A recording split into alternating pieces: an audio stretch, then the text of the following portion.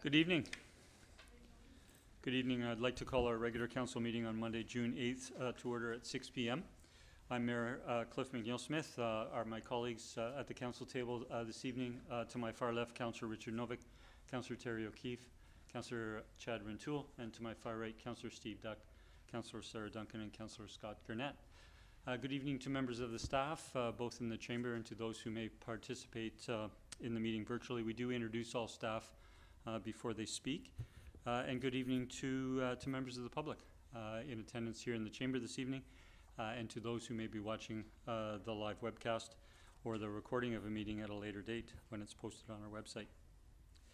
I'd like to respectfully acknowledge that we're holding our meeting in the territory of the SÁNEĆ people, the Tsawout Nation, the Tsartlip Nation, the Pakwachin Nation, the Tseycum Nation, and the Malhat Nation. And I would next go to approval of the agenda, and there are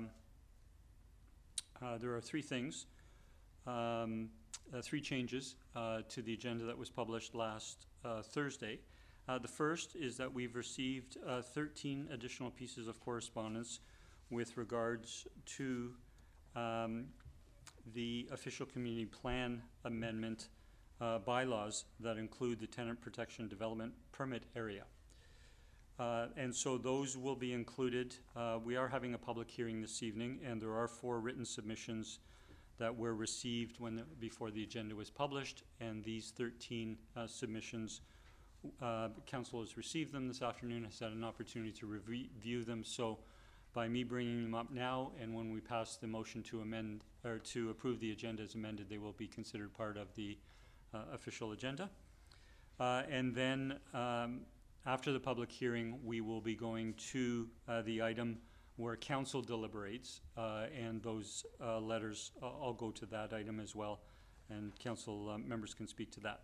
So we're adding 13 pieces of correspondence, and that will fall under 7C, 1, and then again under the agenda item 8A.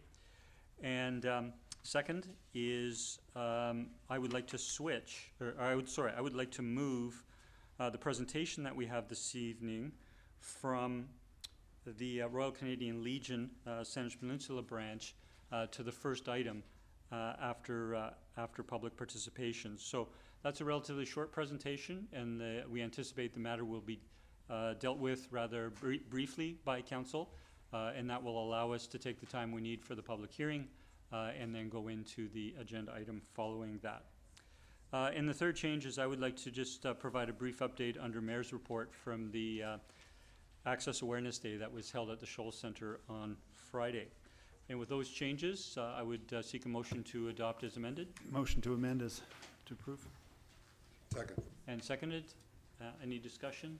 Seeing none, those in favor? That carries unanimous. Thank you.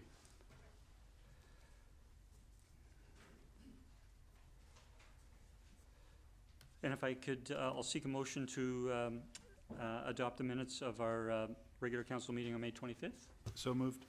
Second. Moved and seconded. Any corrections to those minutes? Seeing none, all in favor? That carries unanimous. Thank you.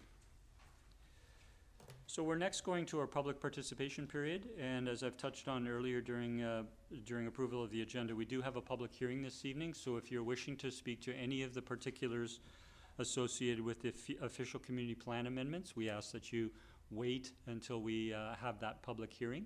However, we have several other matters on the agenda this evening, and we would invite members of the public to come up during public participation if they wish to comment at that time. So when you come forward, we ask that you keep your remarks to 4 minutes, to be fair to everyone, that you provide your name and the municipality that you reside in, or the organization that you represent.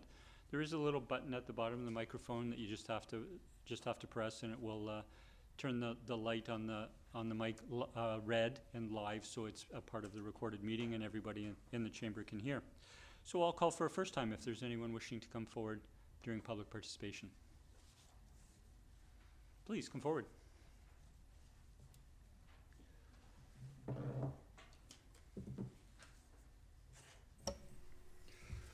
Your Worship, Mayor, and members of council. My name is Bob Earle. I live at 9964 Street in Sydney, and I'm here to offer some clarification on the points that I raised in my written submission to Mayor and Council.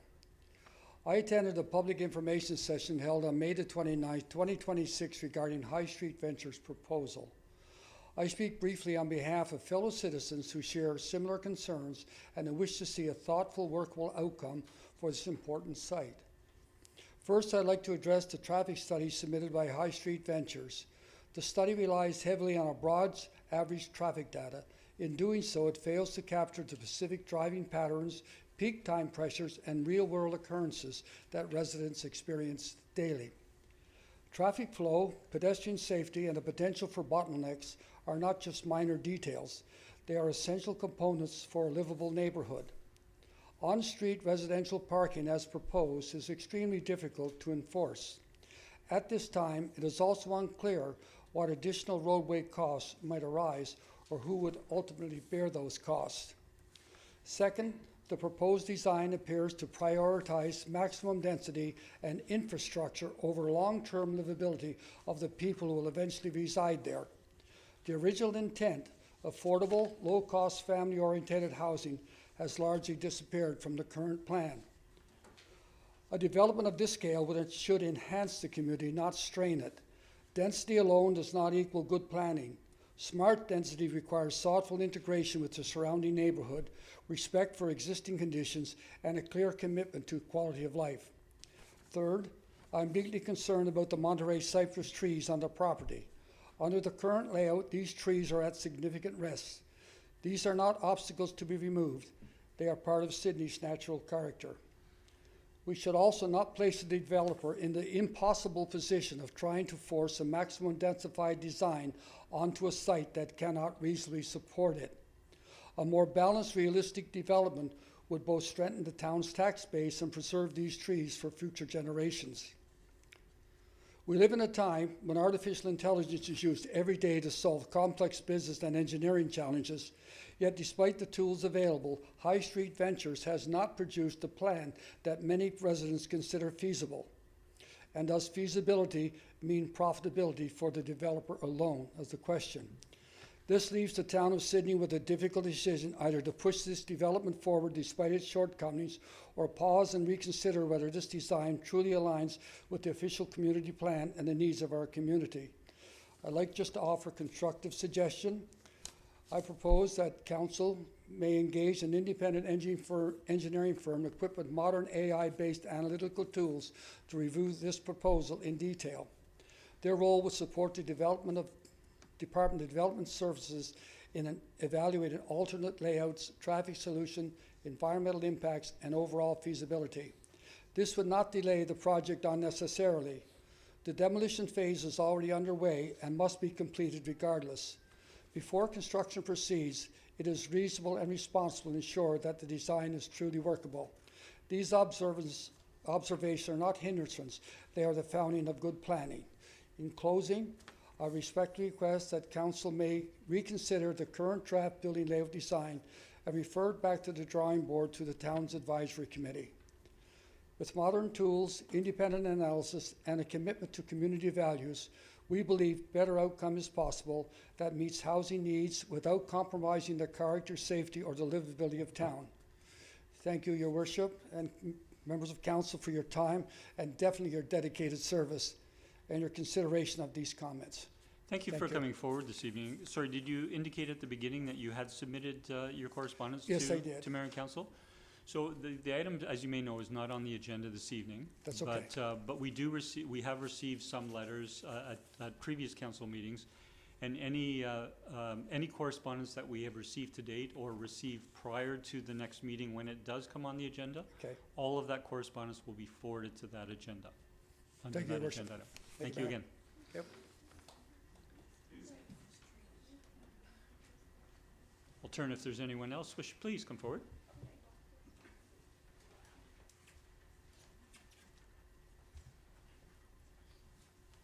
And the microphone also adjusts in height if you wish. Thank you. My name is Jan Humanick, and my husband and Mike and I have owned the sixplex at 9882 2nd Street since the year Sorry. 2000. Is that okay? Sorry, Oh, are I'm you- ahead of you?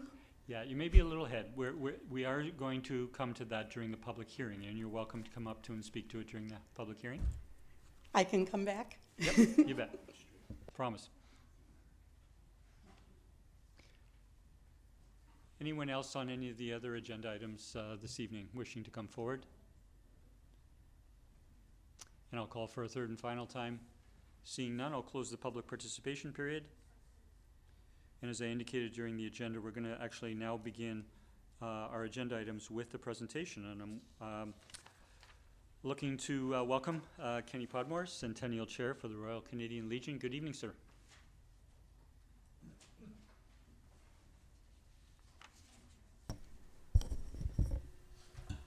Good evening, Mr. Mayor, councillors, our wonderful town staff, my fellow veterans and colleagues from Branch 37, and ladies and gentlemen.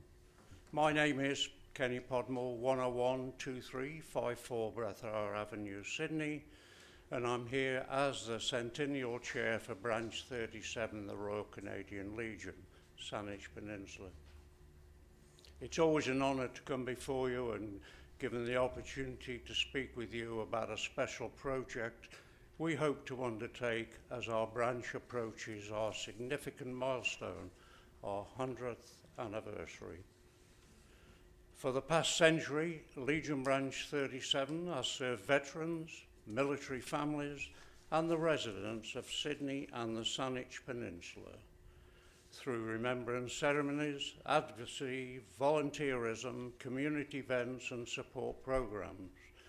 Generations of Legion members have worked tirelessly to strengthen our community while ensuring that the service and sacrifice of our Canada veterans is never forgotten.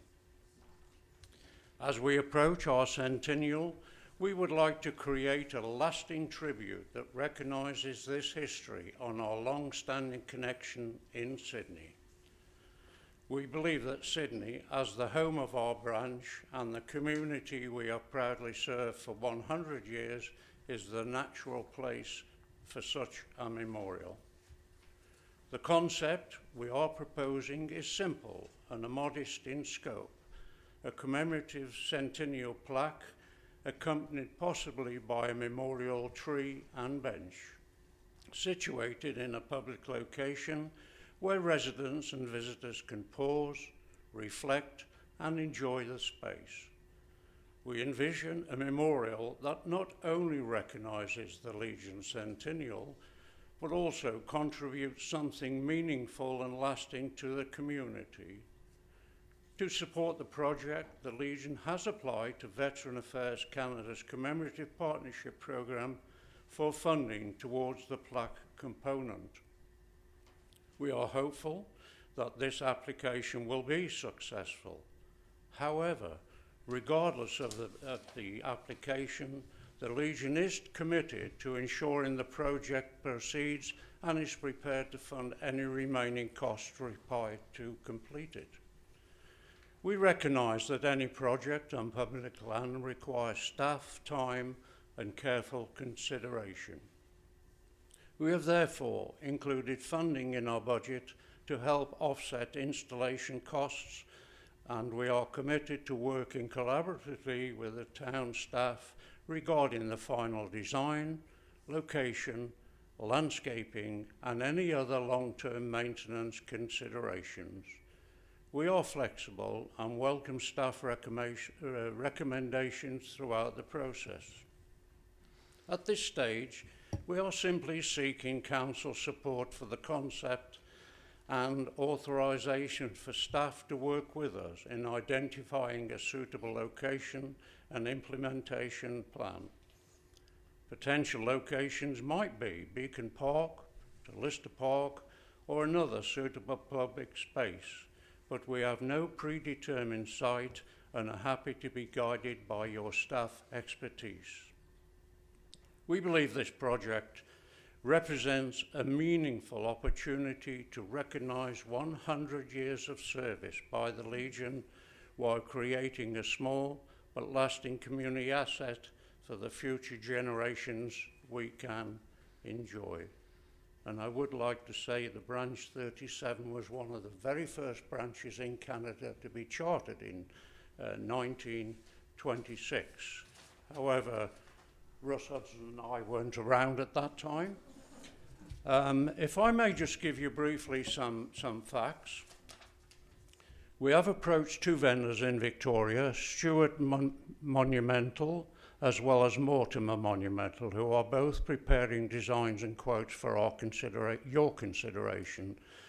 The vendors are committed to be working with the town and the Legion timelines when confirmed and assisting in installation if needed.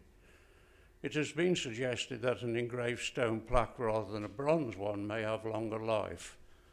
We take advice on that. The federal grant does require, however, the project to be completed by July the 31st, or at least the installation of the plaque. The Legion is prepared in spending up to $7,500, but mindful of being prudent with our Legion donated funds. We have had discussions with staff and are totally open to their continued input and ideas. We had initially applied for a larger $25,000 grant to pay for refurbishment and wellness of the garden at the library, but that application was declined. They did not support the project. Our branch has added over 100 new members in 2026, which could be down to the free membership that we're offering, but nevertheless, that is wonderful, and we continue to recruit. We would like to draw the town's attention to a federal grant funding of $10,000 per year available for updates to our town cenotaph. And if you would like any further suggestions or assistance with that grant, we are happy to assist. And on a final note, we are having a centennial hanger dance on June the 20th over at the Aviation Museum, and you all have an open invitation to come and attend. That concludes my presentation, Mr. Mayor, if there's any questions. Thank you, Mr. Podmore. I will turn to colleagues if there are any questions. Thank you for the correspondence as well. Thank you for working with staff. I'll first turn to Councillor Duncan, then Councillor Gurnett. Yeah, thank you, and thank you for bringing forward another project. My question, I guess, was just about locations. You've mentioned all of the parks are kind of the high traffic ones by the waterfront. Would you consider something like Breathour Park? We've done a lot of improvements and it's kind of brought more people, and it is near where there's already kind of might be people going towards the flight museum and, you know, near the airport.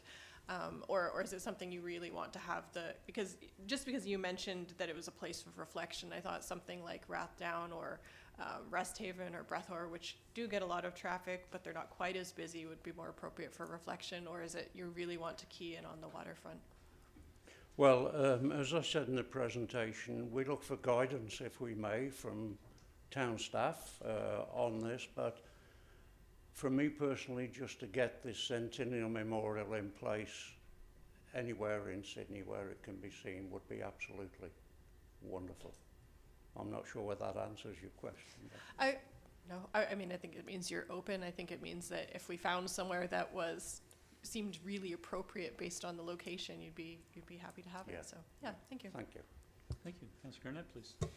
Thank you, Mayor, and thank you, Mr. Podmore, for your presentation and for your continued work and advocacy for veterans. It's very impressive to see.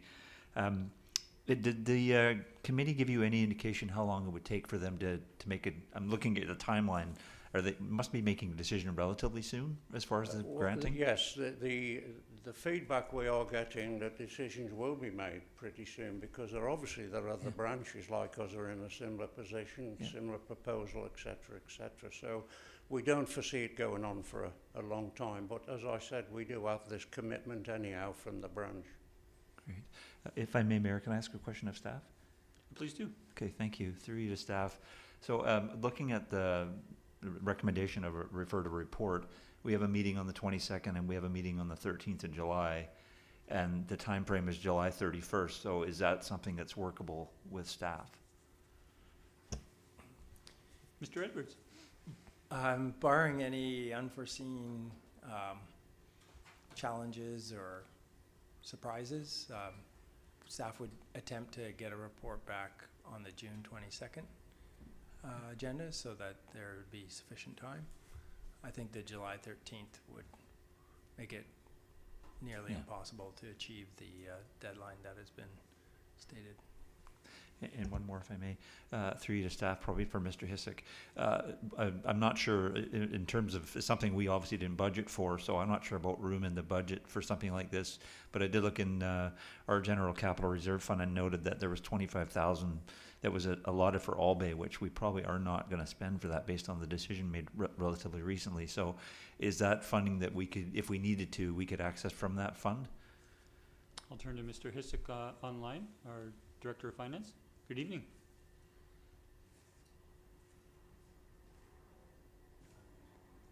Sorry, good evening. Through the mayor to Councillor Garnett. It doesn't sound like they're asking for financial support here, but it's something we can flesh out for the report on the 22nd should it become necessary. Okay, thank you very much. Thank you. Thank you, Mayor. Thank you, Councillor. Seeing no further questions, we do have a recommendation. Councillor Garnett? I'll move the recommendation that this be referred to staff for report back to council. Second. Moved and seconded. Any discussion? Seeing none, I just want to congratulate the Royal Canadian Legion, in particular the Saanich Peninsula Branch 37th on the 100th anniversary. That comes from all of us. I appreciate that, and I will pass that on. Thank you. Thank you for bringing the initiative forward. I'll call the question. All in favor? Carries unanimous. Thank you.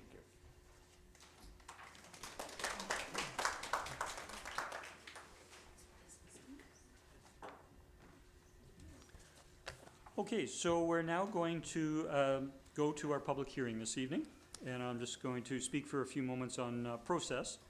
So this is bylaw number 2315, amendment number 2 to our official community plan bylaw, and it's to establish a new tenant protection development permit area, expand the areas where temporary use permits may be issued, align height limits across residential areas, and make additional minor amendments.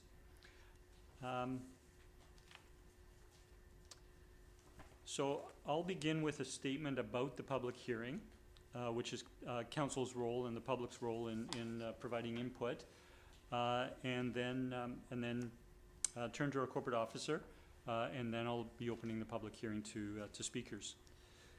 Public hearings are a statutory requirement under the Local Government Act. Sorry, just pause a moment here.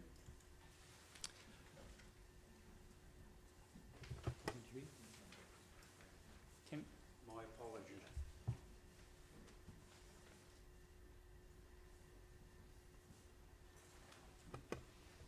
We're going to have it clean for you.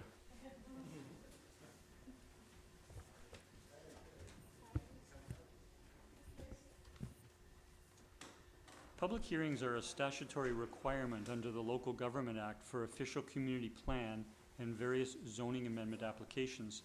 They are an opportunity for any person who believes that their interest in property is affected by the proposed bylaw to be heard.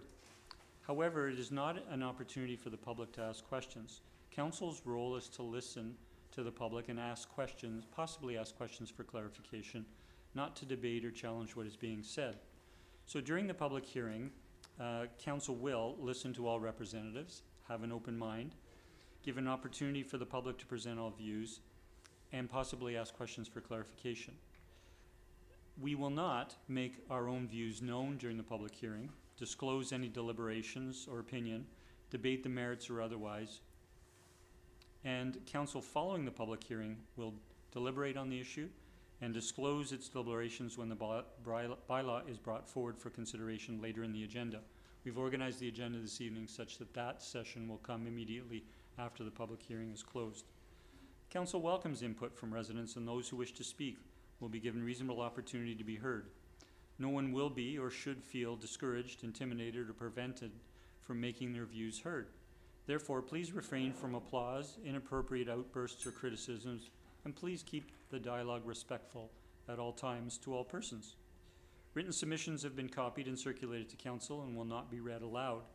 Once the public hearing is closed, council must not receive any additional information other than to clarify issues raised at the public hearing, we would do that with staff, and council will deliberate and make its decision.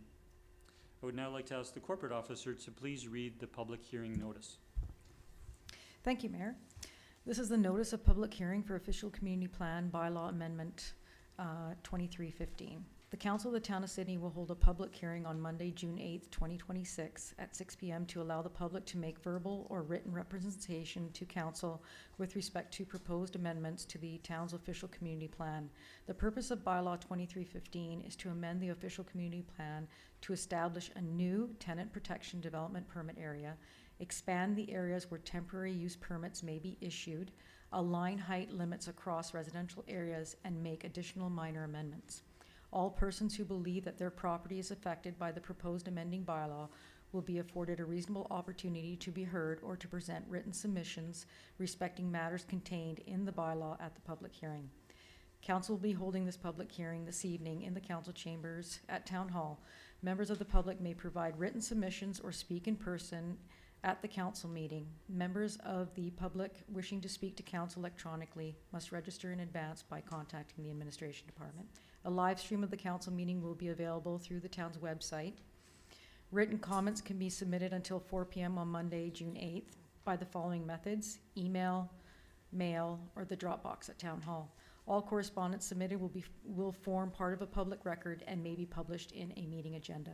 Copies of the proposed bylaw and background documentation can be viewed at Sydney Town Hall from 8:30 a.m. to 4 p.m.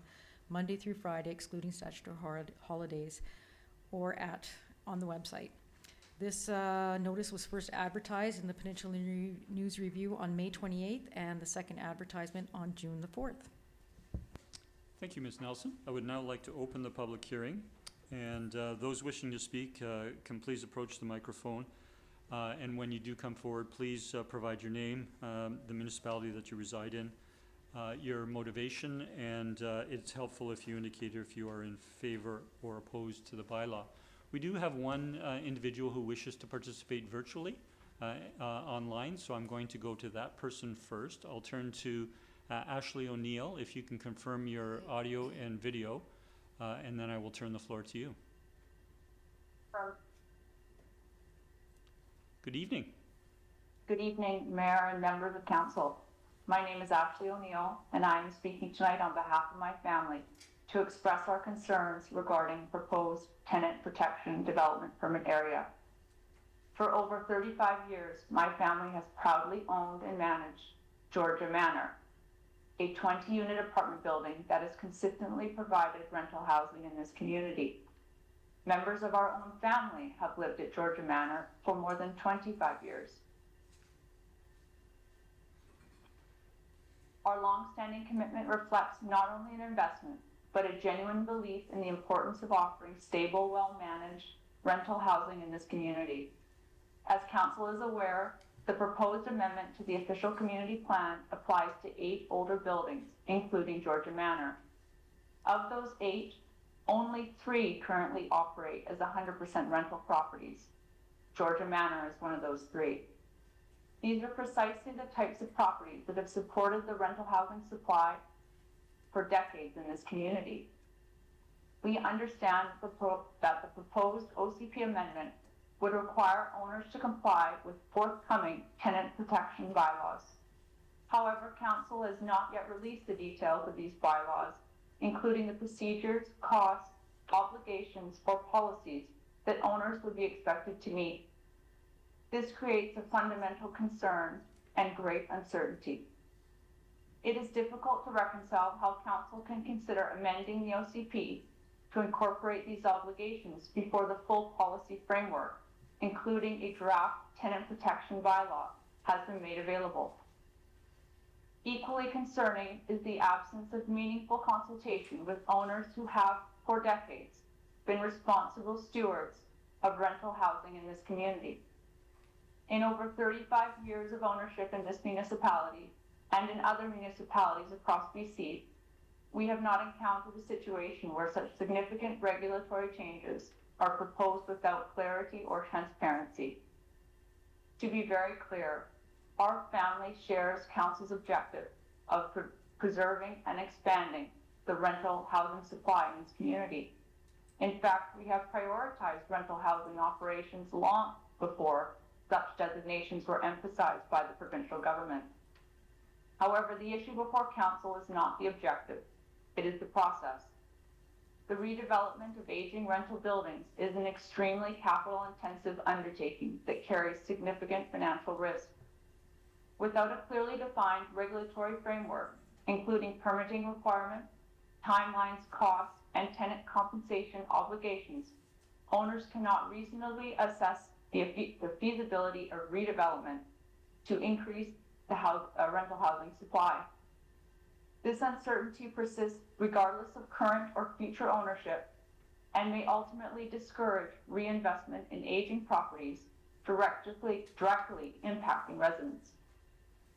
In practice, it may lead to deferred maintenance or delayed redevelopment, both outcomes that run counter to the policy's stated intent. For these reasons, we do not support council advancing the OCP amendment and bylaw framework where the scope and obligations remain undefined. We respectfully request that council remove the proposed tenant protection development permit area from the OCP at this time. And we strongly urge council to first release the completed policy package, including the drafted tenant protection bylaw, and undertake meaningful consultation with impacted owners before proceeding with any amendments. Thank you for your time and for your consideration. Thank you for coming forward this evening, Mr. Neal. I will now call in the room anyone wishing to come forward. Please come forward.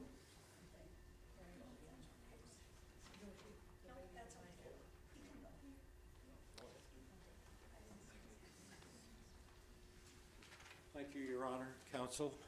Good evening. You can adjust the mic. Yep. My name is Ted Chapman. I am part of the 62 Plus Waterfront Apartments Tenants Association, some of them here today. The majority of our residents have tenancies of over 10 years through 3 ownerships. They have also written eloquent and meticulous letters to this council pertaining to this bylaw and its impact on our building and its tenants. Would the waterfront apartment tenants please identify yourselves? Yes, we have selected a spokesperson to speak on our behalf. We hope she can be allotted more time in lieu of us speaking. Thank you very much for your consideration. Thank you. I'll call upon the next speaker, please.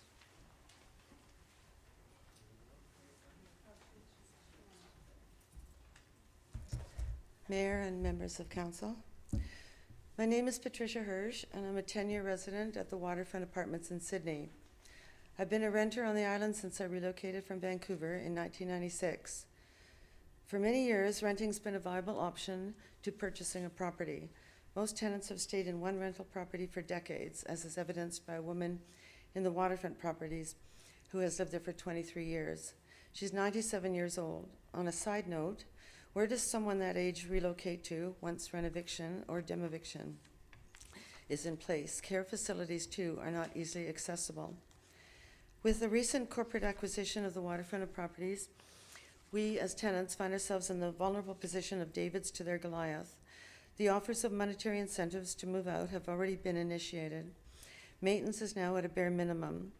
This strategic degradation, along with strategies like cash for keys, compromise and intimidate tenants in order to further development agendas. If not for some conscientious tenants, the building would be in dire straits in terms of curb appeal and improvements. This all makes the newer build designation all the more absurd.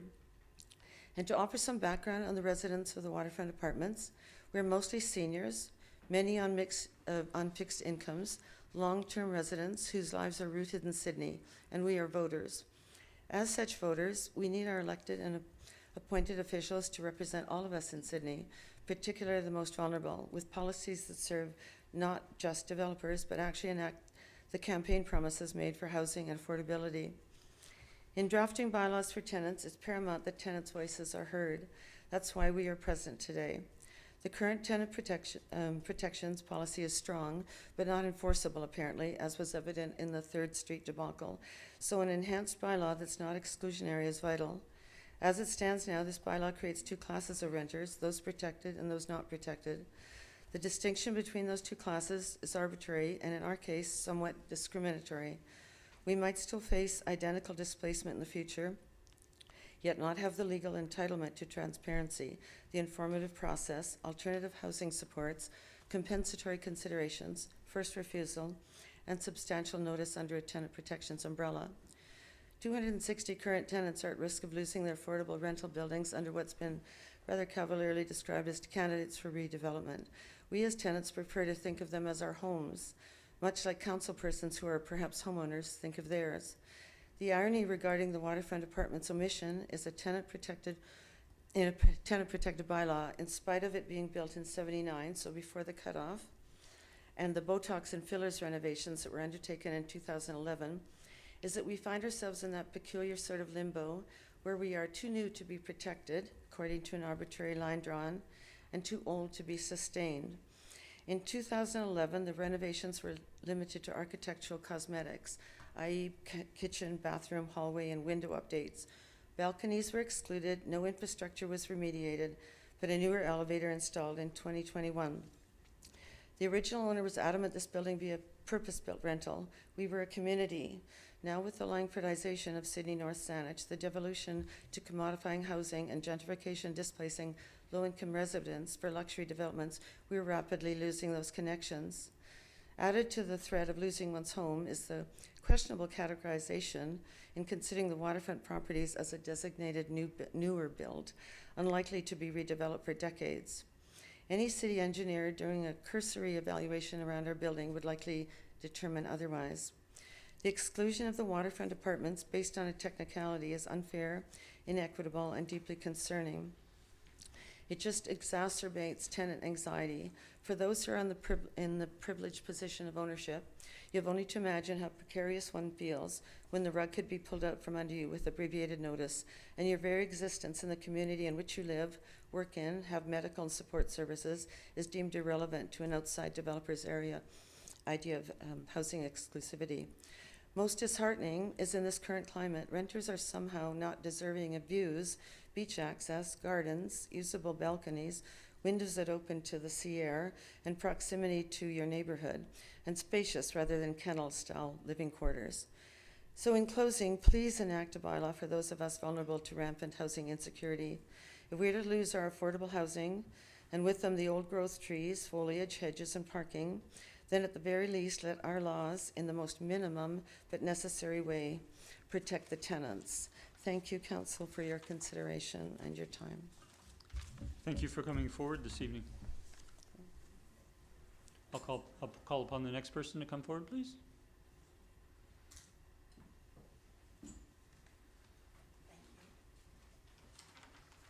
Good evening. Good evening. My name is Jan Humanick. My husband, Mike, and I have owned the sixplex at 982 2nd Street since the year 2000. So like the O'Neill family, we've been long-time rental owners. We're not a corporation. We're not a business. We're simply a couple owning a rental property in a town that we fell in love with years ago.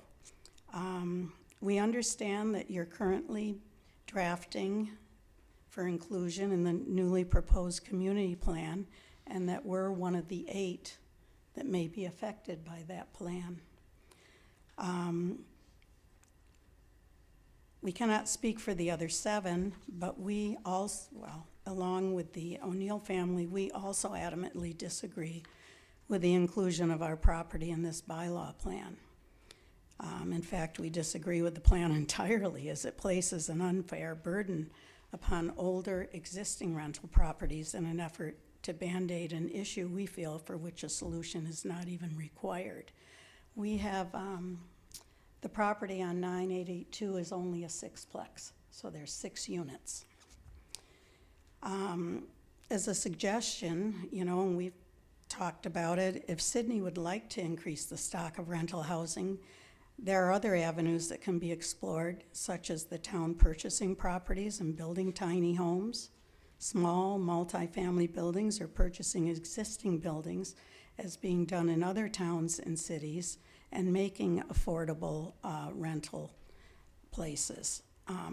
And maybe more leeway could be given to private homeowners to build carriage houses on their properties for rentals, basement suites or mother-in-law suites that could be subsidized through the tax system. I think people think being a landlord is a cash grab, but in our case, it's not really a reality. Our rents are, as you know, regulated. A lot of our tenants are longtime tenants. We find that the burdens of property owners have increased substantially and have resulted in huge financial and negative impacts. And the protections that tenants enjoy under the BC Residential Tenancy Act are much broader in this province than in a majority of Canada. Our property is located, as I think you all know, in a small quadrant surrounded by 4- and 6-story condominium developments. In 2024, we were rezoned from R7 to RM6-R, placing a large potential loss, we feel, on the value of the property. Yet the property taxes, we believe, don't reflect this change. Over the years, we've invested in the interior and exterior upkeep of the building, trying to maintain a more than affordable rental property. And the present government capped rent regulations make it difficult for us to keep pace with all the increases, with taxes, labor costs have increased, materials, increased utility rates, insurance costs. We've been evaluating the property, and we were ready to look at paving the parking lot, and the quote came in at about $35,000, which we were very surprised at, but we wanted to do a really nice job. And then we realized the interiors are excellent, but there's some work that needs to be done, as our letter says, to the exterior. We're replacing and removing some of the older decks, railings, fascia boards, painting, and we've got a few quotes on that, and it was around $65,000. And we'll be honest with you, our net profit last year was $60,000. So we're not looking at a huge corporation at all. And we'd like to keep the building up to standards and take really good care of it because we're very proud of what we own. But as Ms. O'Neill said, with just not knowing what's going to happen in the future, we put a halt on that until we have a better idea of what the town is moving forward with. I guess to summarize, we're just discouraged with the council's approach on a small property as ours, and just ask the council to reconsider their direction and decide not to restrict some of the older rental properties as part of the tenant law or community plan. I think that's it. I'm a little nervous, not used to speaking in a microphone, so I hope you heard me okay. Yes, we did. Thank you. Thank you for taking the time to Thank come you. forward this evening. Okay, thank you very much. You're welcome. I'll turn to the next speaker. Please come forward.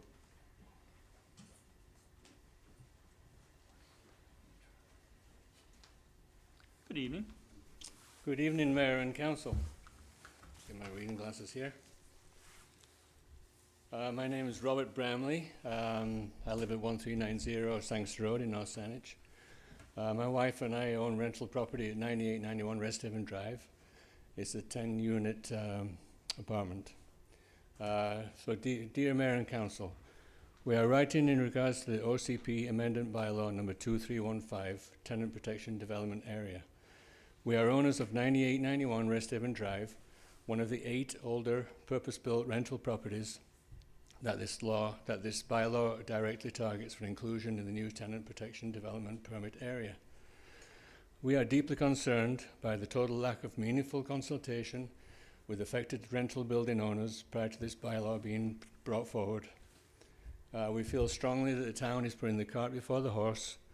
According to the town's own public statements, the actual tenant protection bylaw, which will dictate the structural rules, developer obligations, and the cost to evict or compensate current tenants, is still currently in development. It is a major failure of inclusive governance to pass an OCP amendment that penalises and restricts our land title today, when Council has not yet verified what measures will be put on developers or what the financial liabilities will be. For example, what length of tenancy would equate to the amount of compensation that the owner would have to pay to the tenants upon redevelopment? Who determines this amount? How can housing providers evaluate the viability of upgrading Sydney's ageing infrastructure when the core financial implications remain completely unclarified? According to the town's staff reports, this DPA acts as an empty regulatory shell because the actual tenancy protection bylaw, the TPB, outlining developer requirements and precise eviction costs, is still currently in development. This means the town is effectively restricting our property rights before they have even finalised or revealed the rules, the costs, and the compensation formulas. Currently, 80% of our current tenants' monthly rent is below market value, and 50% are paying half of the market value rate. Having been good landlords over the past years, we feel this amendment actively punishes housing providers who have provided stable, affordable, long-term housing for tenants in our community. There is already strict rent control in place and structural protection for displaced tenants under the provincial government, which requires 1 month's rent compensation and 3 months' notice to vacate for redevelopment. It is highly concerning that by stacking additional unverified municipal costs onto redevelopment, rents in new buildings will continue to skyrocket to recoup those growing expenditures. This does not serve the tenant's best interest. Sydney needs to increase the overall number of rental units, but there is zero incentive for property owners to invest when faced with escalating development costs and completely unidentified financial liabilities. Encouraging the redevelopment of older buildings rather than adding vague obstacles to deter growth is what will benefit the community at large. This is proven by the new 180-unit rental development being built in Sydney and new secure housing in neighbourhood central Saanich, both of which succeed by creating supply, not by choking existing properties with unfinalised regulations. As building owners who pay a considerable amount of tax to the town of Sydney, we deserve a transparent process. There must be greater discussion and a formal opportunity for affected property owners to have their voices heard before this restrictive DPA framework is accepted. We are asking Council to deter the third reading of the bylaw number 2315 until the draft tenant protection bylaw is fully drafted, publicly disclosed, and evaluated alongside property owners in the collaborative consultation process. Thank you, and we look forward to your response. Sincerely, Redevelopments Limited, Robert and Michelle Bramley. Thank you for coming forward this evening. Thank you. I'll call for a second time if there's any further speakers this evening at the public hearing, please.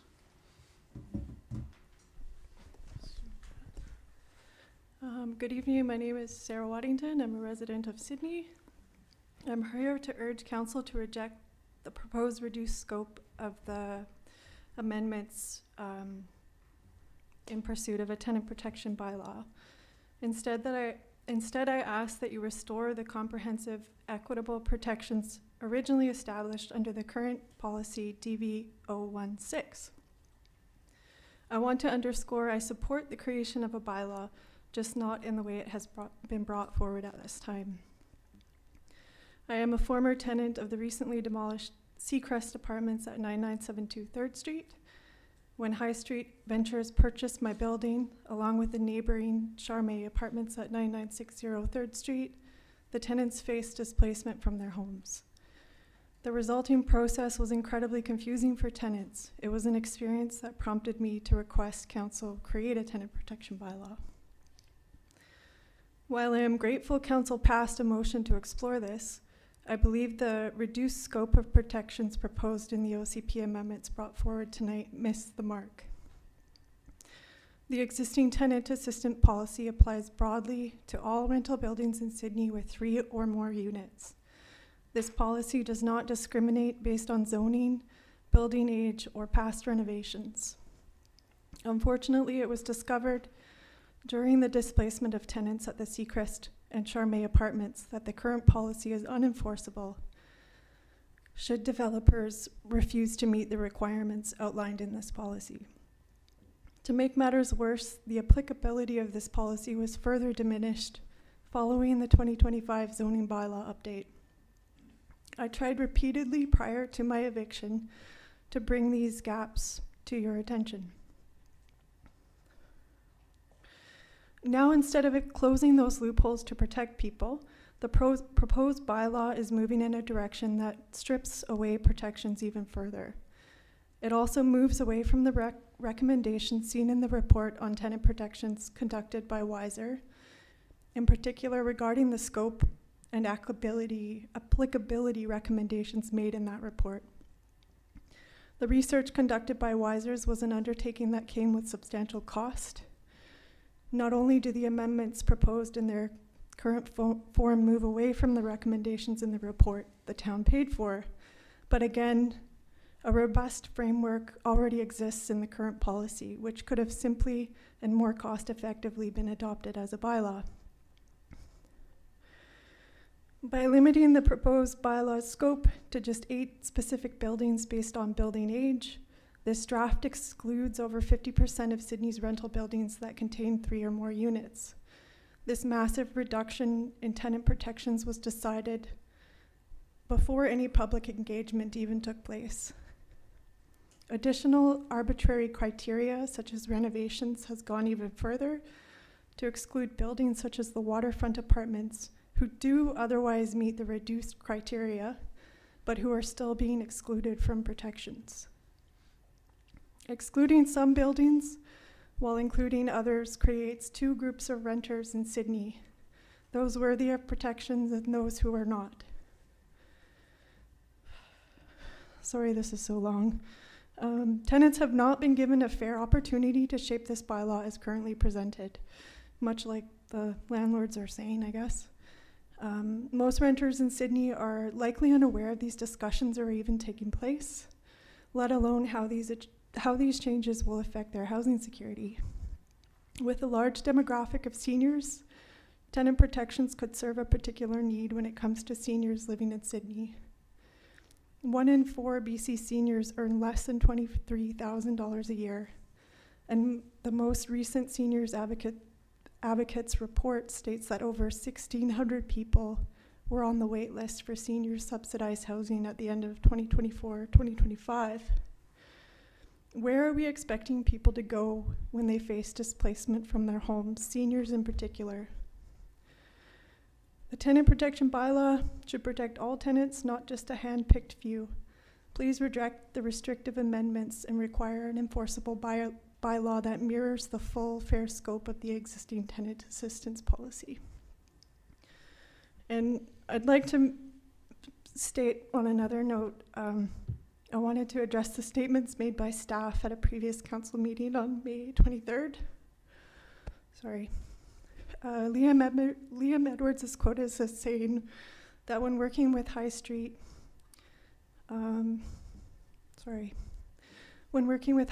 he noted that Highstreet had provided resources regarding relocation and information on external agencies who could provide relocation support to tenants. This was not my personal experience with Highstreet, so I find this statement questionable and believe it paints the developer in an unreasonably positive light. I would like to further underscore that some of the tenants who relocated from the High Street development site ended up relocating to the Cedarwood Inn. One of my neighbors informed me that High Street had pointed them towards the below market units available at the Cedarwood Inn, to which some additional tenants of 9960 and 9972 3rd Street also ended up moving to, and not long after faced eviction from.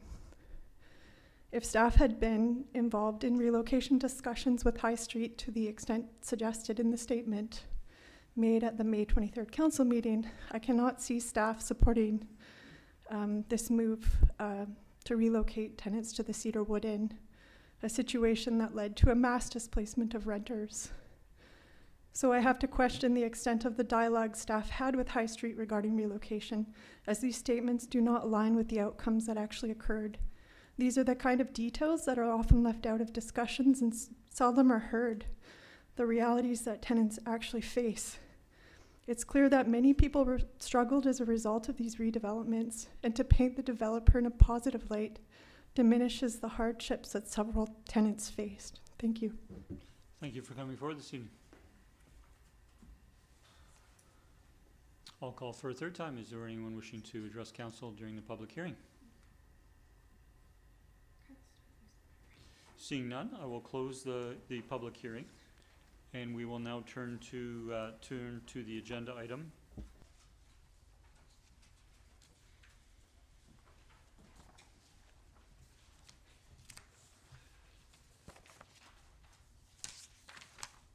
Which is under 8A. So again, this is bylaw number 2315, official community plan, amendment number 2 to the official community plan. So I just want to indicate some of the process. So at the April 27th meeting, a staff report was presented to council with regards to the proposed amendments. Council gave it first and second reading. We also asked that staff initiate a public consultation process immediately and continue to invite comment until the public hearing that is this evening. Notification letters were sent to those properties proposed to be included in the tenant protection development permit area, and notice of the public hearing, as indicated by the corporate officer, was published on 2 occasions. So this evening, council, we have the first item to consider is to give third reading, and upon third reading, we could then consider giving adoption. Before I seek a member of council to consider moving third reading, I would turn to colleagues if there are any questions of staff. Councillor Rintoul, please. Thank you, Mayor. One of the themes certainly this evening that we heard during the public hearing, and I know myself and my colleagues certainly appreciate so many people coming out and speaking to this, was around the tenant protection bylaw itself, and in part how it may impact both tenants and property owners, and if staff could just speak to the rationale in terms of the timing and process of addressing this item first versus that, in keeping again with some of the comments that we heard this evening. I'd appreciate it. Thank you, Mayor. I'll turn to our Director of Community Planning, Mr. Newcomb, please. Thank you, Mr. Mayor. Through you to Councillor Rintoul. Yes, so the intent was to establish the development permit area for the tenant protection bylaw first. This is a necessary step in order to ensure that the bylaw is able to be implemented. By itself, the development permit area doesn't really do anything in terms of sort of on the ground enforceable activities. It just sort of sets the stage for the tenant protection bylaw. The tenant protection bylaw is where, as council knows, all the details in terms of what council would like included in the bylaw for tenant protections, that's where they all go. that bylaw is adopted separately through a separate process. Council may wish to have a public consultation process go along with that bylaw so that the details of the bylaw itself can be publicly reviewed, discussed, provided feedback on. And so that was the intent here, that the council has expressed an intention to have a tenant protection bylaw developed. And so the development permit area sets the stage for that. And the tenant protection bylaw itself would be a separate process with its own separate consultation process if council so wishes, and adopted separately from this OCP amendment. So they are related, but they're very different in scope. One is very broad. This OCP amendment doesn't include any details at all, whereas the tenant protection bylaw is a very specific bylaw in terms of what it would require of property owners. And so staff's belief was that those details would be best left for that bylaw process that it would be to come if this bylaw is adopted. Thank you. If I may continue through you, Mayor, to staff. In your opinion, would it actually impede the process of developing the tenant protection bylaw if this matter with respect to the changes to the OCP were to be tabled until such time as that document is ready? Certainly, I think staff would like to see the OCP amendment to establish the development permit area in place prior to the bylaw being adopted. And so, to the degree that if this portion of the OCP bylaw amendment were tabled, that delays the process, then conceivably, yes, it would push things back a little bit. I'm going to first turn to CAO, Mr. Edwards. Thank you, Mayor. I did also want to just add, as a friendly reminder to council and to the members of the public present tonight, that this was brought forward to council earlier in the spring, in March, where council was provided information about the WSÁNEĆ report, as well as looking at options to pursue, as whether or not to even pursue a tenant protection bylaw. And it was at that meeting when the recommendation to create a DP area followed by, and the amendments necessary with the OCP for the DP area, followed by a tenant protection bylaw to come later. And so, and at that meeting, there were some specific elements of the tenant protection bylaw discussed. And so I just wanting to make it clear that this isn't something that's just being brought forward here tonight or just in April even. It has been on the table for a few months now. Thank you, Mr. Edwards. You had the floor, Councillor Rintoul. Yeah, thank you, Mayor. And I'll concur. This has obviously been under consideration for some time, and I guess it culminates in a public hearing. And my takeaway is that I'm not hearing anyone who's happy with what we're suggesting. So I'm a little concerned. I appreciate what's been suggested by the CEO, that this has actually been in the works for some time, and I appreciate the effort that staff have put towards this. I'll leave my comments there at this point, Mayor. Thank you. We are at questions at this stage, and I will follow up on some of those points with the questions. So appreciating that, first, I just want to clarify the statement that the provisions under this OCP that we're considering this evening are enabling. They are not, they do not put something in place that is enforceable. So I want to turn to, and what will happen is it wouldn't be until a bylaw is passed, and there's an entire process for that any tenant protections would be enforceable. So there is nothing enforceable in terms of creating the tenant protection area in the OCP. Having said that, I want to turn to process, Mr. Newcomb, and that is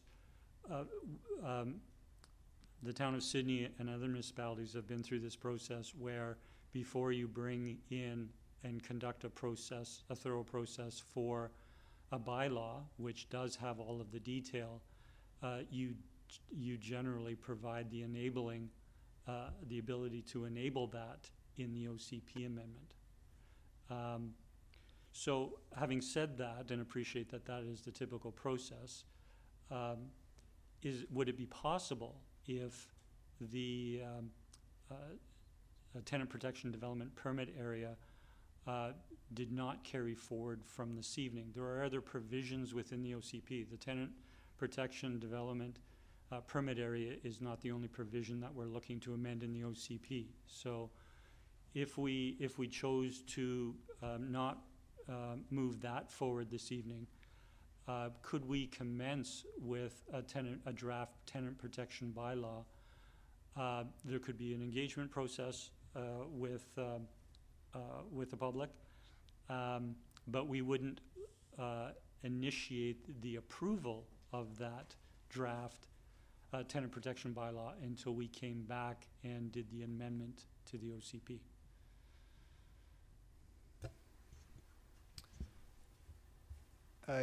Yes, the draft tenant protection bylaw could be put together, brought forward, and essentially, if this portion of the OCP amendment were tabled to a later date, could run somewhat concurrently together. And so the details of tenant protection bylaw yet to be drafted, it would need to be put together. So that it would take time to do that, but yes, it could be structured so that they would happen more or less simultaneously. The adoption of the OCP would still ideally happen prior to the tenant protection bylaw, but that's just an agenda organization type of thing. And I understand legislatively, you do have to make the OCP amendment before you can't adopt the bylaw if it's not compliant with the OCP. Yeah. And if I might just add to your earlier remarks on the enabling side of things, it is true that if a property is not included in the OCP amendment, the tenant protection development permit area, that then, of course, the bylaw wouldn't be able to enable those protections for that property. So just to clarify that all the properties that we want the bylaw to apply to do need to be included in that OCP segment for it to be enabled. Yes, thank you for that clarification. Thank you, Mr. Newcomb. I'll turn to Councillor O'Keefe, I believe, had a question. Yeah, thank you, Mayor.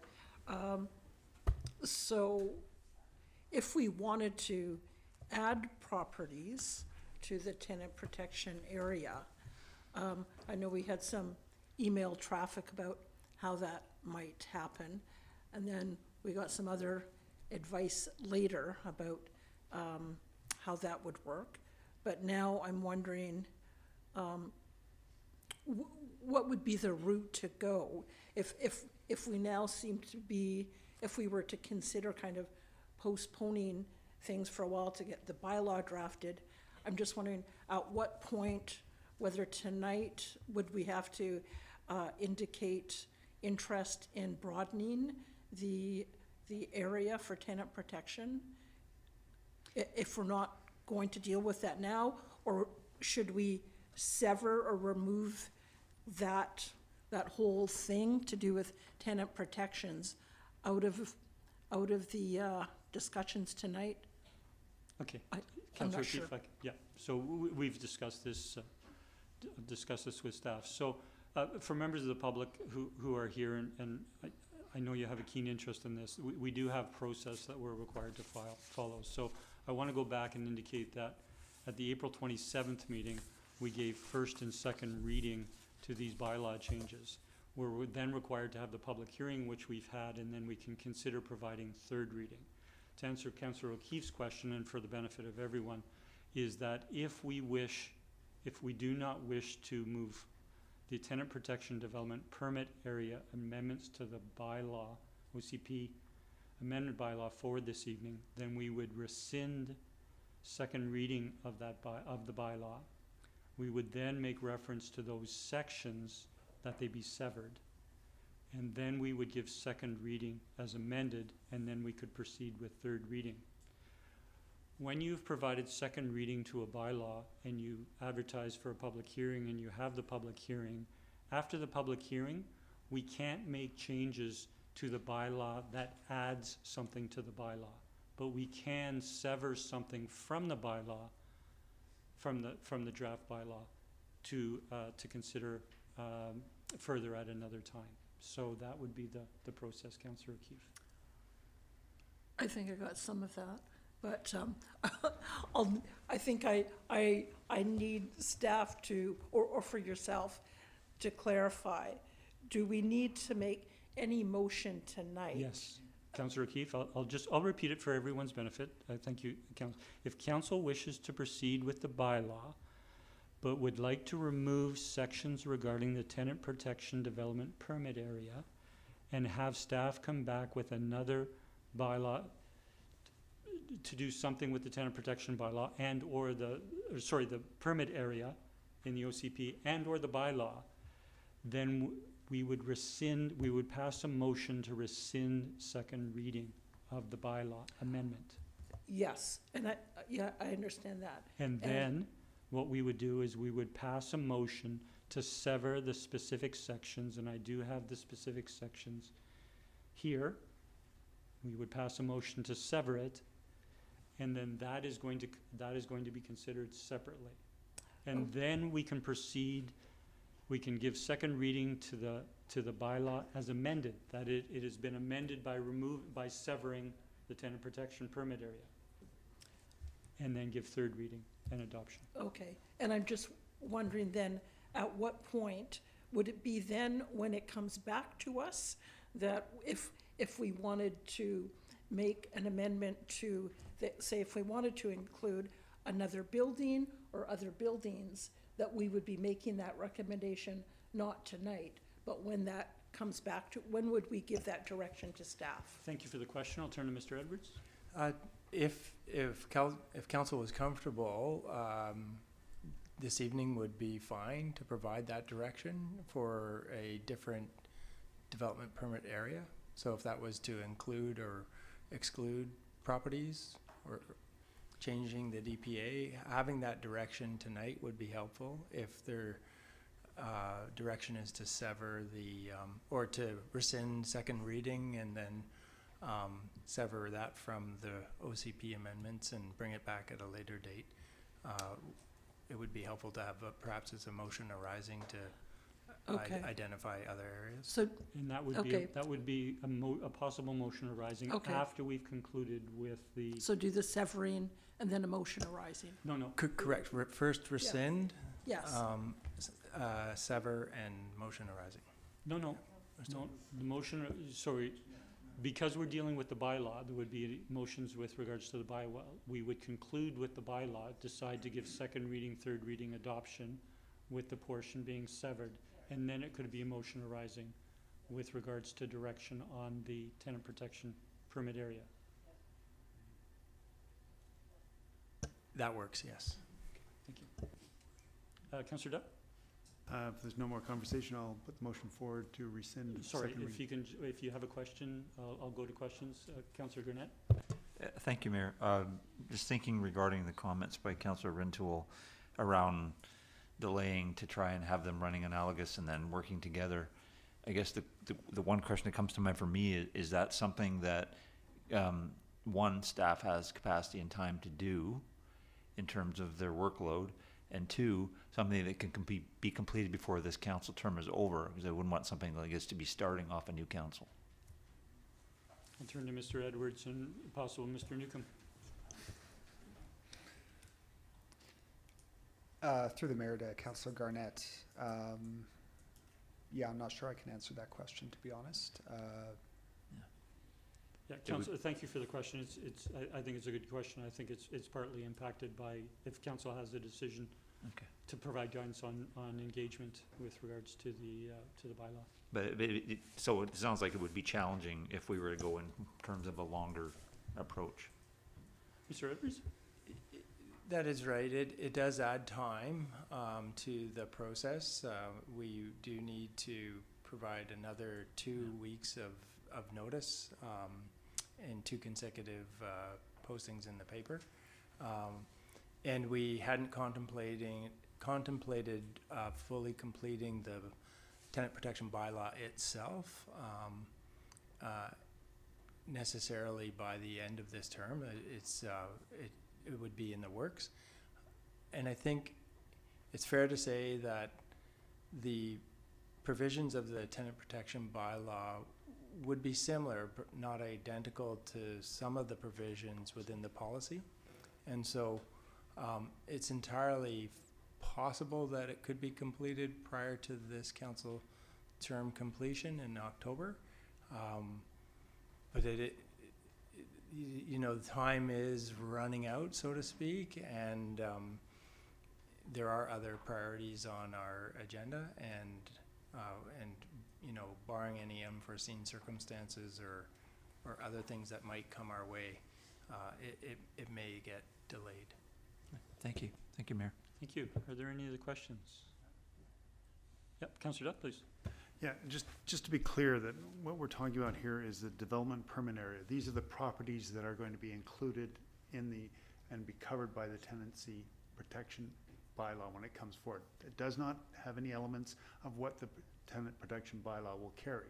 That's going to come later. I think that, just to be clear to people, that we're only talking about the properties that will be included at this point, and there's some concern about which those properties are, but not about the specifics of the tenancy protection bylaw, and I think that's just clear for people. Thank you, Councillor Duff.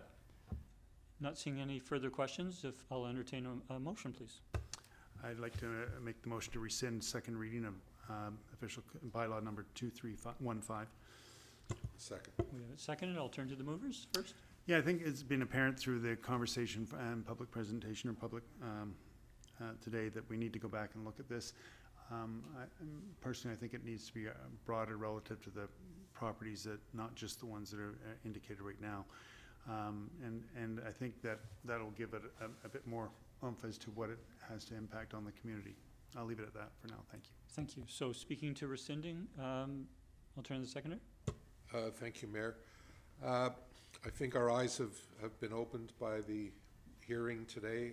We've heard comments against this tenant protection development area, both from landlords and tenants alike, which suggests to me that we've gotten off on the wrong foot. So I'm glad to see this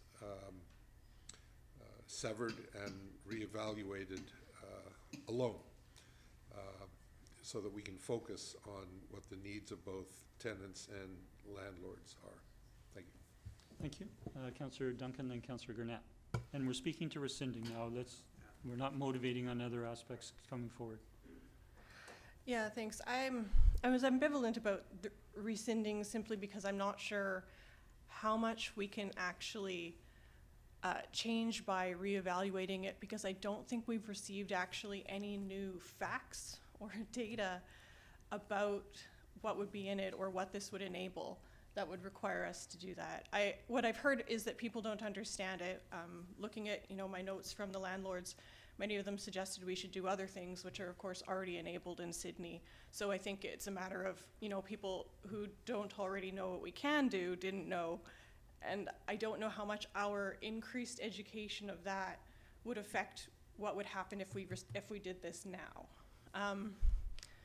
We also know that the facts of the criteria we used to designate these areas on wanting to protect low income rentals has not changed. And so by delaying, I don't think we will make sure that we have a product that protects more people who are actually vulnerable. And I'm also not sure that we have seen that we've actually followed a process wrong, whereby if part of the reason we could not enforce what we already had in place was because we did not have a bylaw, and now we're not having a bylaw, we're back at square one.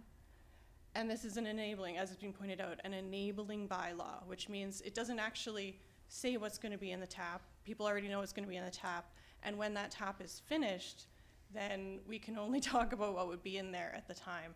So no matter what happens, the people who own these rental properties know that some sort of enforcement legislation or enforcement bylaw is coming. Whether they are in the area is guaranteed because they're multi-unit rental housing that's already of an age. The question isn't whether those people are included, it's whether other people would have been included as well. And so I don't think we're actually aiming to address any of the points that were made. I think that the points that were made,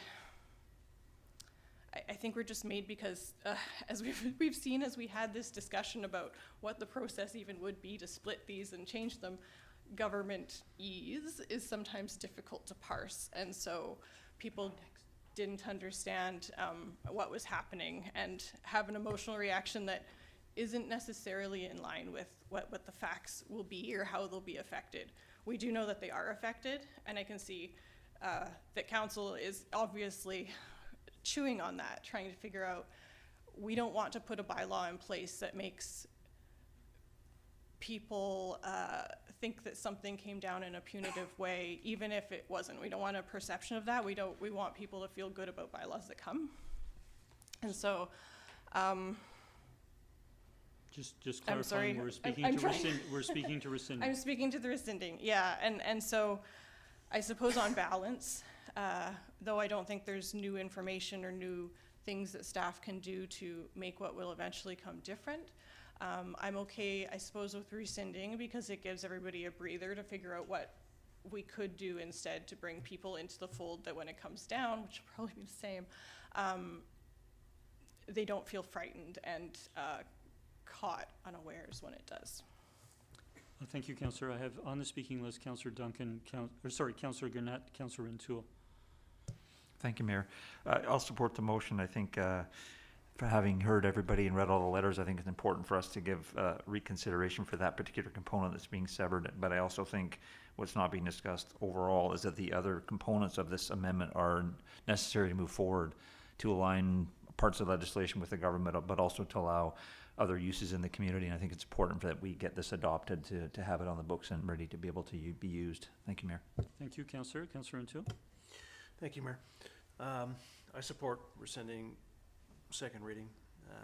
I actually think it's important that we see the tenant protection bylaw in conjunction with addressing a tenant protection development and permit area. And so for that reason, I support rescinding second reading. I think we heard this evening quite clearly, both from tenants, that protection area is perhaps not broad enough, and we've certainly heard from small building landlords, local residents who are really concerned and perhaps confused at the absence of those parameters in the policy itself. And in all fairness to those people that do enable those housing opportunities, I think it should be addressed in a more fulsome approach. Thank you. Thank you. Are there any further speakers? Seeing none, I'll look to call the question. Those in favor? Motion carries unanimous. Thank you. And so an appropriate wording for the next step would be that section 11, 12, 13, 14, and 14 of bylaw 2315 regarding the tenant protection development permit area be severed. So moved. Second. Seconded by, I'll turn to the movers, Councillors Duck and Rintoul. Yeah, I think as Councillor Garnett pointed out, there's still other components to this amendment that have to go forward, and I think that's important to recognize. And then we can, once we've completed that, we can come back and revisit this severed part and address that. And I think we need to get the first part in place. Thank you. Thank you, Councillor. Councillor Rintoul. Yeah, I'll concur. This just enables the OCP to be addressed in areas of temporary use permits, for examples, and height limitations, and is void then around the tenant protection development aspect. So I support. Thank you. Thank you. Is there any further discussion? Seeing none, I'll call the question. Those in favor? That carries unanimous. Thank you. So thank you to members of the public and to those all those who wrote correspondence. So the item has been severed. There are other components to the bylaw, so we're going to be continuing with that bylaw without the tenant protection development permit area, and then we may have a motion or motions arising after we finish with the OCP amendment bylaw. Council, now that has been severed, the appropriate next step, if we wish to continue with the other amendments to the bylaw, would be that bylaw 2315 be given second reading as amended. So moved. Second. Moved and seconded. Any discussion? Not seeing any. As Councillor Garnett made reference to, there are, and as we spoke to both when I introduced the item and when the corporate officer read the notice of the public hearing, there are other important provisions within the OCP amendment that we wish to proceed with. Move third reading. Sorry, I haven't called the question yet, but I will do that right away. All in favor? That carries unanimous. Thank you. Councillor? I'd like to move third reading. Second. All in favor? That carries. Thank you. And we can move forward with adoption. I so move adoption. Second. All in favor? Or sorry, any discussion? I'll call the question. All in favor? That carries unanimous. Thank you. So thank you very much again, everyone. So we've now concluded with those bylaw amendments. So coming back to the tenant protection development permit area, we can give direction to staff, as Mr. Edwards indicated we could do. And I will turn to a colleague if they wish to do that. Councillor O'Keefe, please. Thank you. I'll move that staff prepare another OCP amendment and public hearing to add all purpose-built rental buildings to the tenant protection area. Second. We haven't moved in second, and I'll turn to the movers. I think what I've gathered from feedback that we got here and other things that I hear in the community, I know that some of the buildings are newer, but as time goes on, they'll age. And I think it's important, rather than piecemealing and having certain buildings, to have a policy that applies across the town. I'll leave it at that. Thank you. I'll turn to the seconder. Thank you, Mayor. I agree with this. I think if we're going to go in the direction of tenant protection, it should include all purpose-built rentals. I would note for those listening that this would not include single individual rentals or private building rentals or that sort of thing. It would only include rental properties or purpose-built rentals. I think it's important for people to understand that. But that being said, I think that's where the majority of issues come into play. And so with this motion will encompass all of these rental properties in Sydney, and I think this is something that most people will be able to get on board with. Thank you. Thank you. I'll turn to Councillor Rintoul. Thank you, Mayor. I'm not sure I'm one of those people who can get on board with this this bus yet. Yeah. So I guess what I appreciate with the spirit here is that this would introduce a level playing field throughout the community. And so, all landlords, all tenants would be, evaluated at the same under this if they were owners or tenants of a purpose-built rental. My challenge with it is I don't think it addresses some of the confusion out there for tenants in terms of what their actual protection would be, because that we still don't have the tenant protection bylaw before us to consider. And again, in all fairness to property owners, to landlords, they don't know what the implications may well be of this without that policy piece in place, or without an opportunity to participate in consultation around that. So I'm inclined not to support this motion at this time, unless it were to include a reference to include it with respect to bringing forward a tenant protection bylaw at the same time. Thank you, Mayor. So council has the option to proceed with the motion that's on the floor. We could amend the motion to include direction to staff with regards to tenant protection bylaw, drafting such a bylaw.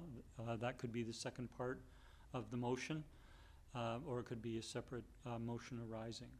So speaking to the intent, council does have the option to amend the motion that is on the floor to including direction to staff with regards to tenant protection bylaw.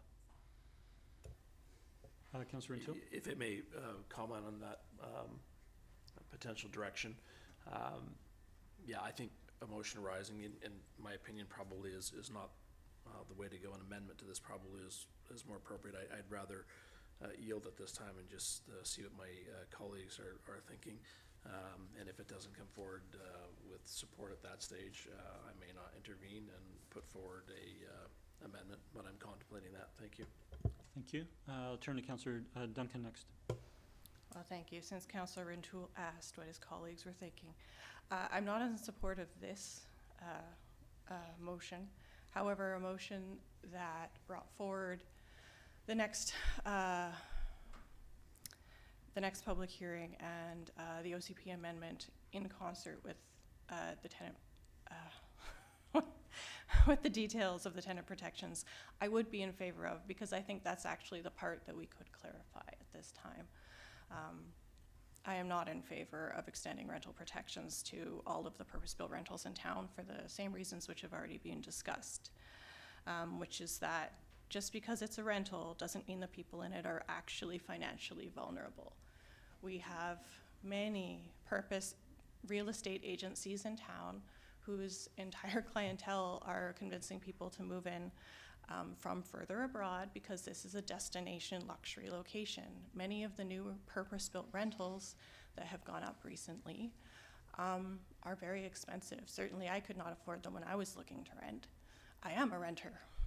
And I think a lot of people don't understand what vulnerable means either, when I know that some of the people in these purpose-built rentals are often only 1 or 2 bedroom, which almost by definition means they're not families. Now I know as a renter and being on council, I wanted to be able to represent people in my demographic. And the average renter who is a family is a single parent. I'm not one, so I'm much more privileged than most renters with families. And they have children in the school system. And so if they were to move, they may not have a car. They often don't, because if they're lower income, that kind of is one thing you can get rid of if you live in town. And so they'd have to move their children to a new school. As we've heard in other council meetings, bus services are being reduced. And so that would be potentially very devastating to families trying to find both a new school where they'd put their kids and even get them to school in the first place. They have jobs in town. They may lose their jobs if they can no longer commute. And if they're like me, they also share custody with somebody, meaning that if they have to try to move, that might really affect their ability to do that and change their entire legal situation with another parent or their even access to their children. That is not something that people take into account when they say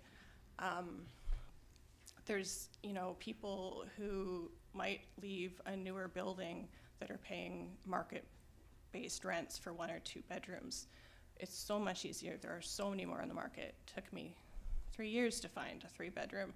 I just spoke to somebody else who's looking for 5. She hasn't, she probably won't get it because the landlord told her they wanted someone who is quiet, i.e. not a family. And that's a single family home, 5 bedrooms. That would not be covered. This would not actually be protecting a lot of vulnerable people. This would be expanding something to protect more people who were not vulnerable while we were still powerless to protect people who actually were. And so the way we had scoped this initially was to get genuinely older buildings where we know people have been there for long enough and the buildings were in enough disrepair that they were likely to be paying far below market rent. And we also knew that because of their age, they were in the next 5 years or so potentially going to be reno-evicted or demo-evicted. Places that are newer built, they have another 40 years, and we don't know what will happen in 40 years. 40 years ago, this was an affordable place to live. It might be in 40 years again with absolutely no tenant protections. When I moved here in 2011, it was extremely affordable to rent. It was not by, 5 years later. So trying to say we're doing something because we think a situation in 40 years might exist isn't helping anybody right now. doing this right now won't help anyone who's actually vulnerable in a newer build either. It won't lower the rents in their newer build for them.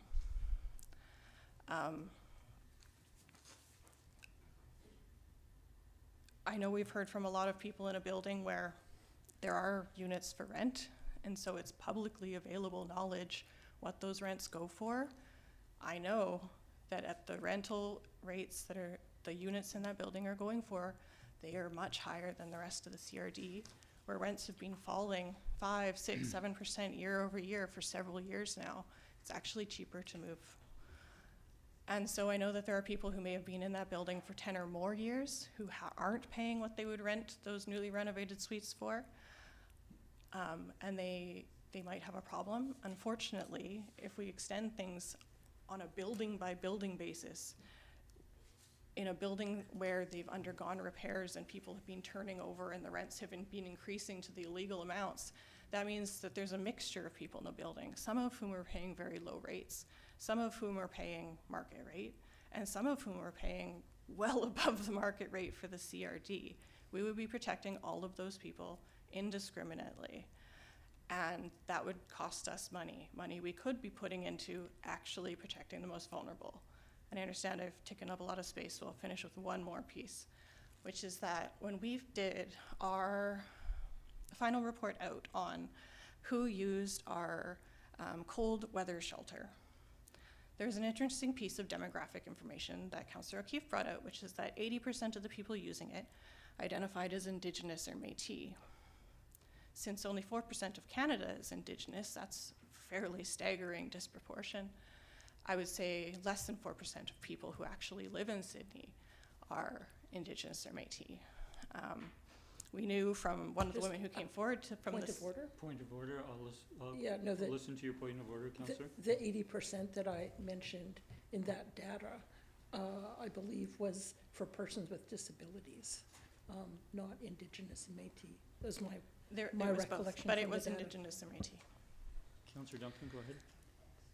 And disabilities as well, but I would also say 80% of people who live in these buildings are not disabled as well. But the point is that when people who were displaced from the actual low or the actual affordable building that was demolished, who ended up in the Cedarwood Inn, came forward, those were some of the identified demographics. And so we knew that when we were starting to look at this, that some of the buildings we'd already missed actually were housing people in vulnerable groups that are already known to be identified. Cities already know when we start putting in these things, we were trying to protect very specific groups which are disproportionately identified, which is usually people of color, single parents, seniors who've been in a place for such a long time their rent is highly controlled, those with disabilities who are on disability income. And by moving it to newer builds where things are already market rate, we know that those people are currently not living in those buildings. And staying there another 40 years isn't going to place them necessarily into those demographics, simply by them staying put. And so I think it's important not to kind of try to broaden something and do what we can, even though it won't work, to protect the people who need it. And therefore end up limiting our ability, our financial and our staff resources to do things that actually do help the people who are in those vulnerable groups. Thank you. Thank you, Councillor Duncan. Are there any further speakers? Councillor Duck? If I may, through you, Mayor, a couple questions to staff. Please. One is just to give a definition of purpose-built rentals in this community. Is there a certain number of units, or is it a certain design? Through the Mayor to Councillor Duck. So generally that definition would be set in a tenant protection bylaw or to determine the applicability of it to purpose-built rentals.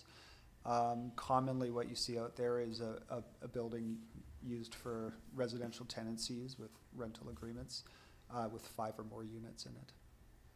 Thank you. And to that point, do the new legislation covering what were single-family lots where you can have up to 4 units, would those be considered under a tenancy protection bylaw permit zone? I mean, there are municipalities that have chosen to designate those as purpose-built rental buildings if they are rental, and apply a tenant protection bylaw to them, yes. I mean, I would go back to my previous comments from April about the scope of this action that the town is proposing to undertake here, and the reason for the limited scope of what's being proposed. We have no staff who are available to do this on a dedicated basis. We have no staff who are trained to deal with these types of issues.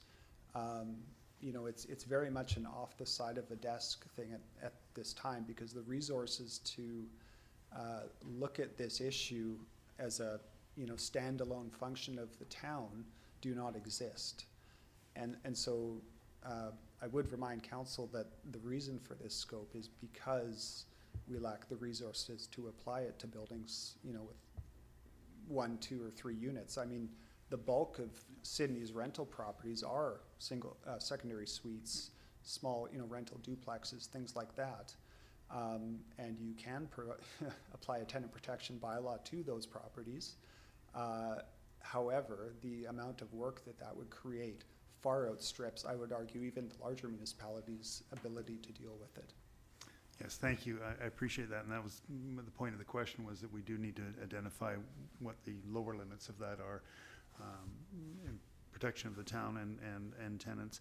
And again, we're only looking at the development permit area, and those are the selected properties. Thank you. Thank you, Councillor Duck. I'm turning to Councillor Gurnett now. Thank you, Mayor. I'll support the motion that's on the floor. And just would like to thank everybody who came out to speak tonight. Everybody's in the audience, actually, and all the letter writers. It's important that we get that feedback, because there's always 2 sides to every side of it. So every discussion we have, and it's important to get both perspectives. With regards to comments around the tenant protection bylaw, I think if although we haven't got one that's in play yet, as our CAO had mentioned, we have had a meeting about it where there were potential options on the table, and they very much mirror our tenant assistance policy with some exceptions. But so I think if you are concerned about what may or may not be in there, that would be a starting point to look to as to what might at some point. Sorry. I'll turn to Mr. Newcomb, please.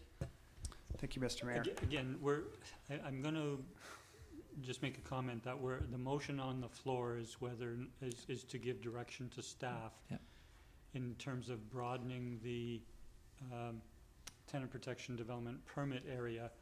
We're getting into questions about what a bylaw may or may not be. I think that would be more appropriate if we're making an amendment to this motion with regards to staff proceeding with the bylaw, or it's a motion arising. Mr. Newcomb, I'll turn to you to answer the question. Thank you, Mr. Mayor. I'll withhold my comment. Thank you.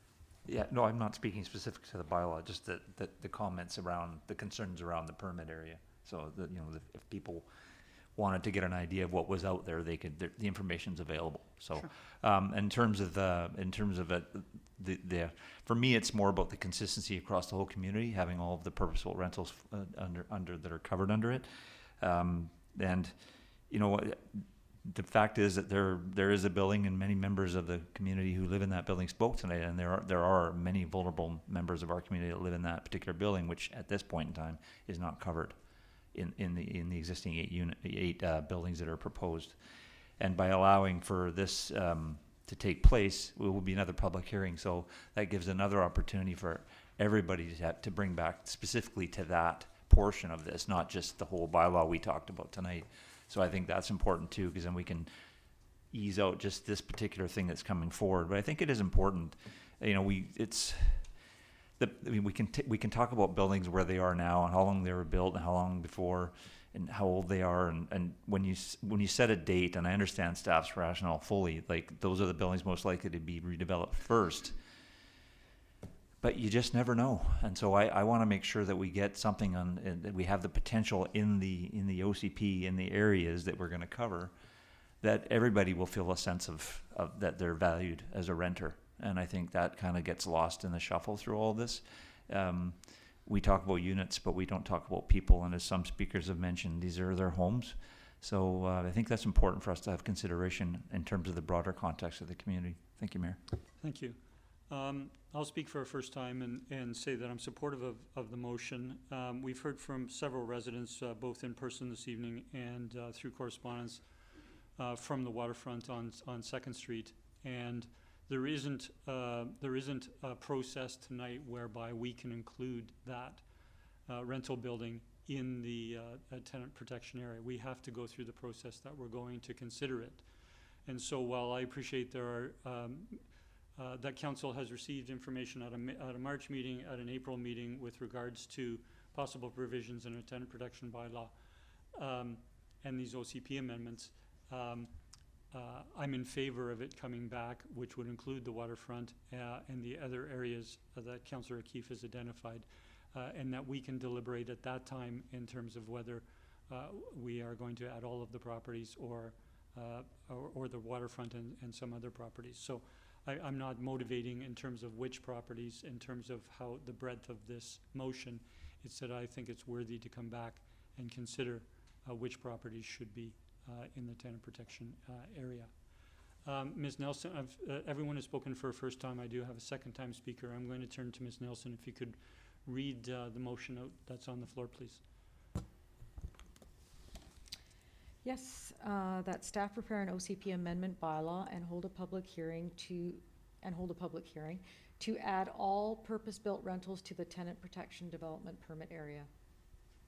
Okay, so a question process-wise, because I think the direction is clear, is that staff would bring the amendment back to a future council meeting.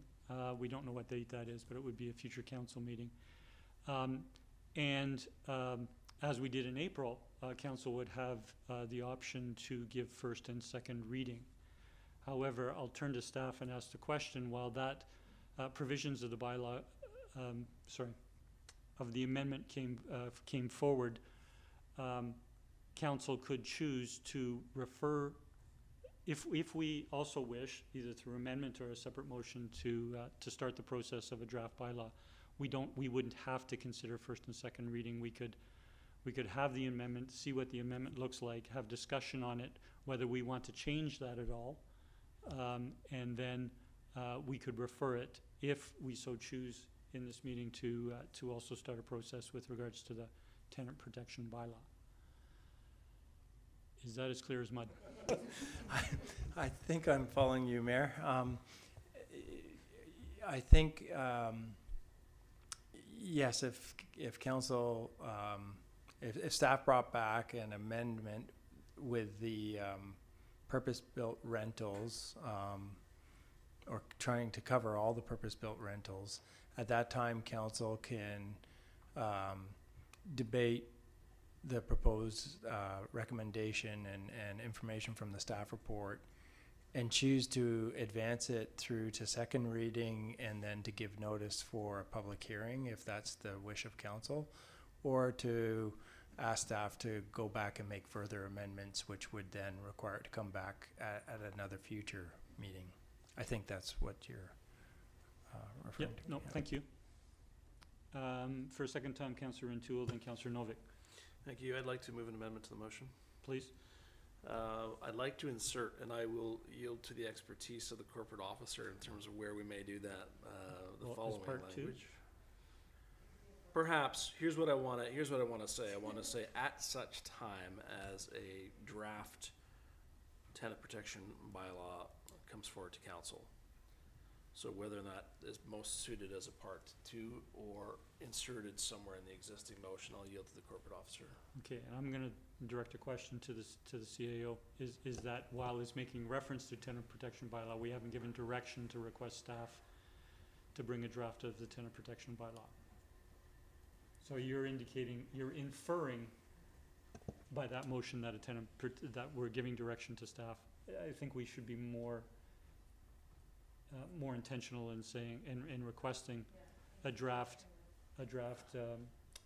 tenant protection bylaw. It was my understanding from the staff comments that those were already anticipated, so I felt like that intentional aspect has already been established by council, but I'll look to perhaps Mr. Newcomb to confirm that. With the motion that is on the floor without the amendment, staff would or would not be bringing forward a tenant protection bylaw. I believe,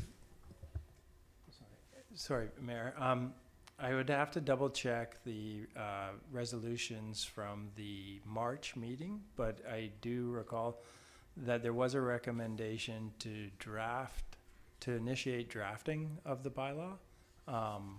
But I know, I'm not sure whether that recommendation was supported as it was recommended.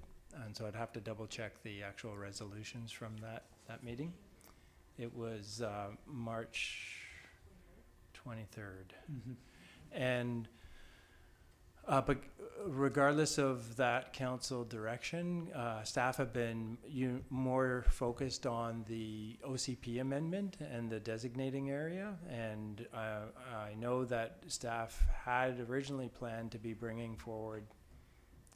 I'm sorry, just a moment, Mayor. Please, yeah, we'll pause just a moment.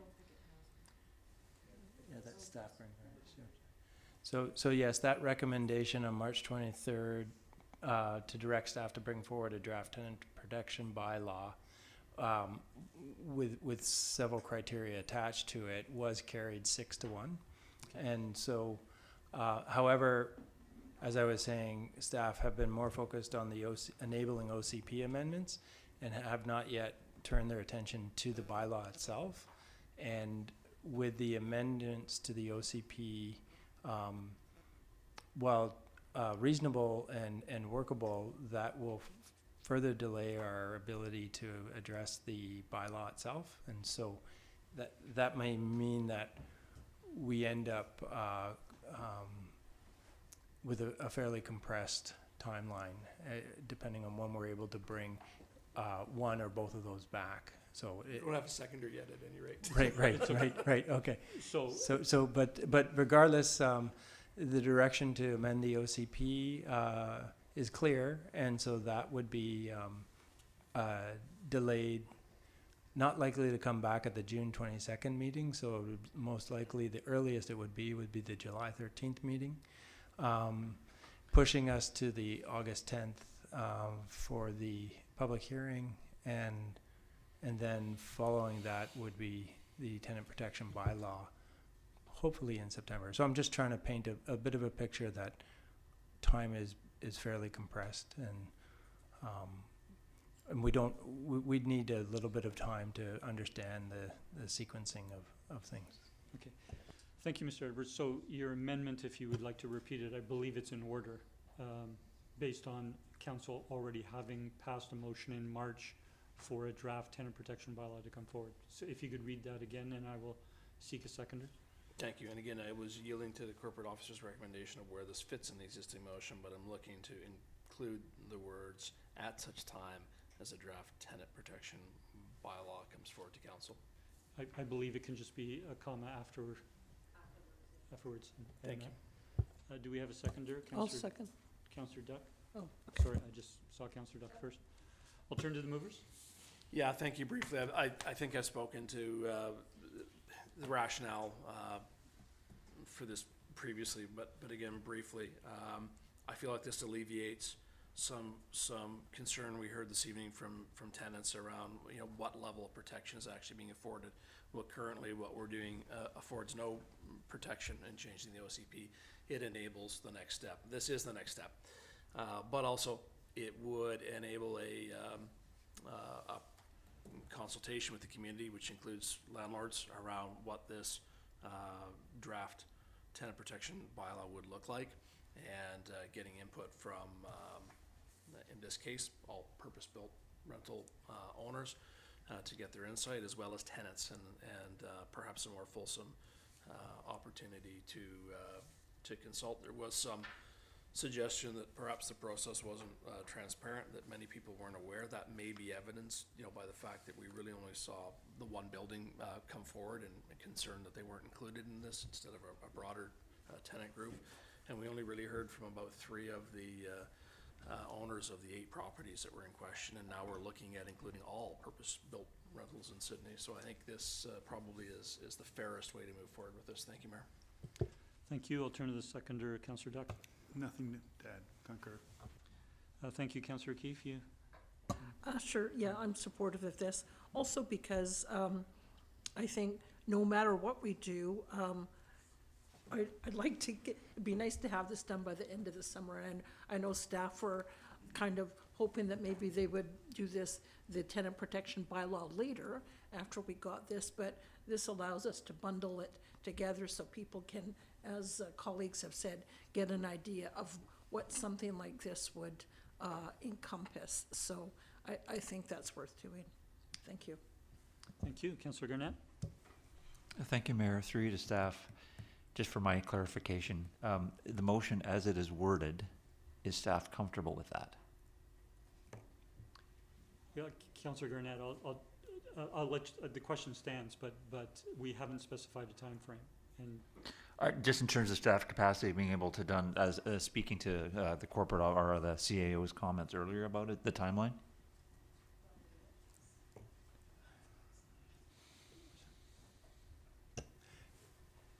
I think staff are comfortable with it, and we'll endeavor to do what we can to bring it back in a timely fashion. Okay, thank you. Thank you, Mayor. Thank you. Councillor Duck? I'd like to suggest a further amendment, which is to limit the number of PBRs to 5+ units, as directed by staff, is just to me. Sorry, that's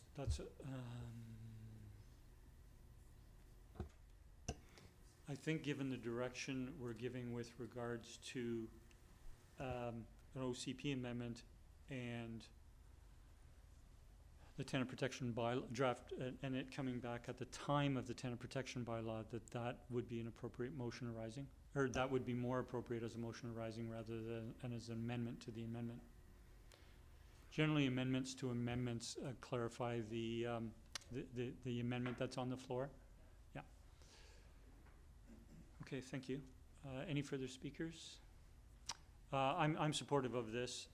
We've heard from the public, we've heard from both the tenants and the certain property owners, and I think it's reasonable for all to see provisions within the tenant protection bylaw before we commence with the tenant protection permit area in the OCP. Seeing no further speakers, I'll look to call the question. Those in favor? Sorry, on the amendment. Yep. That carries unanimous. And now I'll look, is there any further discussion on the amended motion? Not seeing any, I'll look to call a question on the motion as amended. All in favor? Opposed? Councillor Duncan is opposed. The motion carries. Point of order? Yes. 5-minute recess. Thank you. I will call a 5-minute recess. We'll come back at 8:05, please. Okay, so, yeah, in terms of timing, what staff will want to do is they're running this OCP amendment. The next thing they're going to be working on is bringing forward the shelter. No.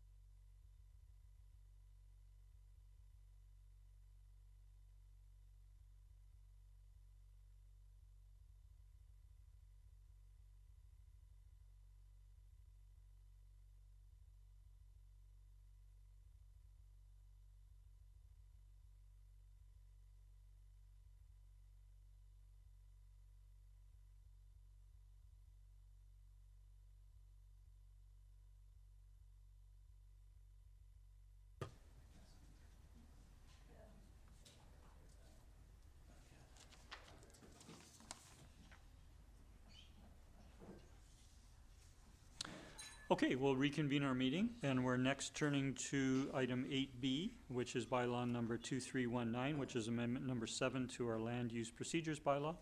And I'll turn to our Director of Development Services, Ms. Verhagen, please. Good evening. Good evening, thank you. This bylaw introduces changes to the land use procedures bylaw, namely to remove the words commercial and industrial when it's referring to temporary use permits, as per the OCP change that council just made a few minutes ago. This broadens the scope of where council could consider a temporary use permit through that permit process, which is regulated in this bylaw.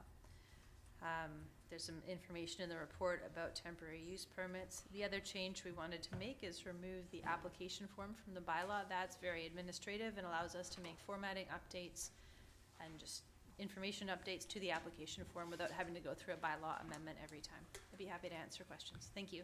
Thank you. Are there any questions for staff on this? Seeing none, we can proceed with 3 separate motions. Councillor Duff? I move the bylaw be given first reading. Second. All in favor? That carries unanimous. Thank you. I move the bylaw be given second reading. Second. Seconded. This is the time we have discussion at second reading. Any discussion? Seeing none, all in favor? Motion carries unanimous. And I'll move the bylaw be given third reading. Second. And seconded. All in favor? Motion carries unanimous. Thank you. Thank you, Ms. Verhagen. We're now turning to item 8C, which is the bylaw number 2318, amendment number 5 to our streets and traffic bylaw to establish roads with maximum speed of 20 per hour and 30 per hour, lanes with maximum speed of 20 per hour, and authorize the municipal engineer to establish school and playground zones. We'll turn to our Director of Engineering, Mr. Murphy, for an introduction, please. Good evening. Good evening, Mayor and Council. So this bylaw amendment, or amending bylaw, brings forward proposed changes to the streets and traffic bylaw, and this is based on a discussion we had at Committee of the Whole some weeks ago. And so there's a number of changes proposed to be made and some new additions that I'll touch on specifically.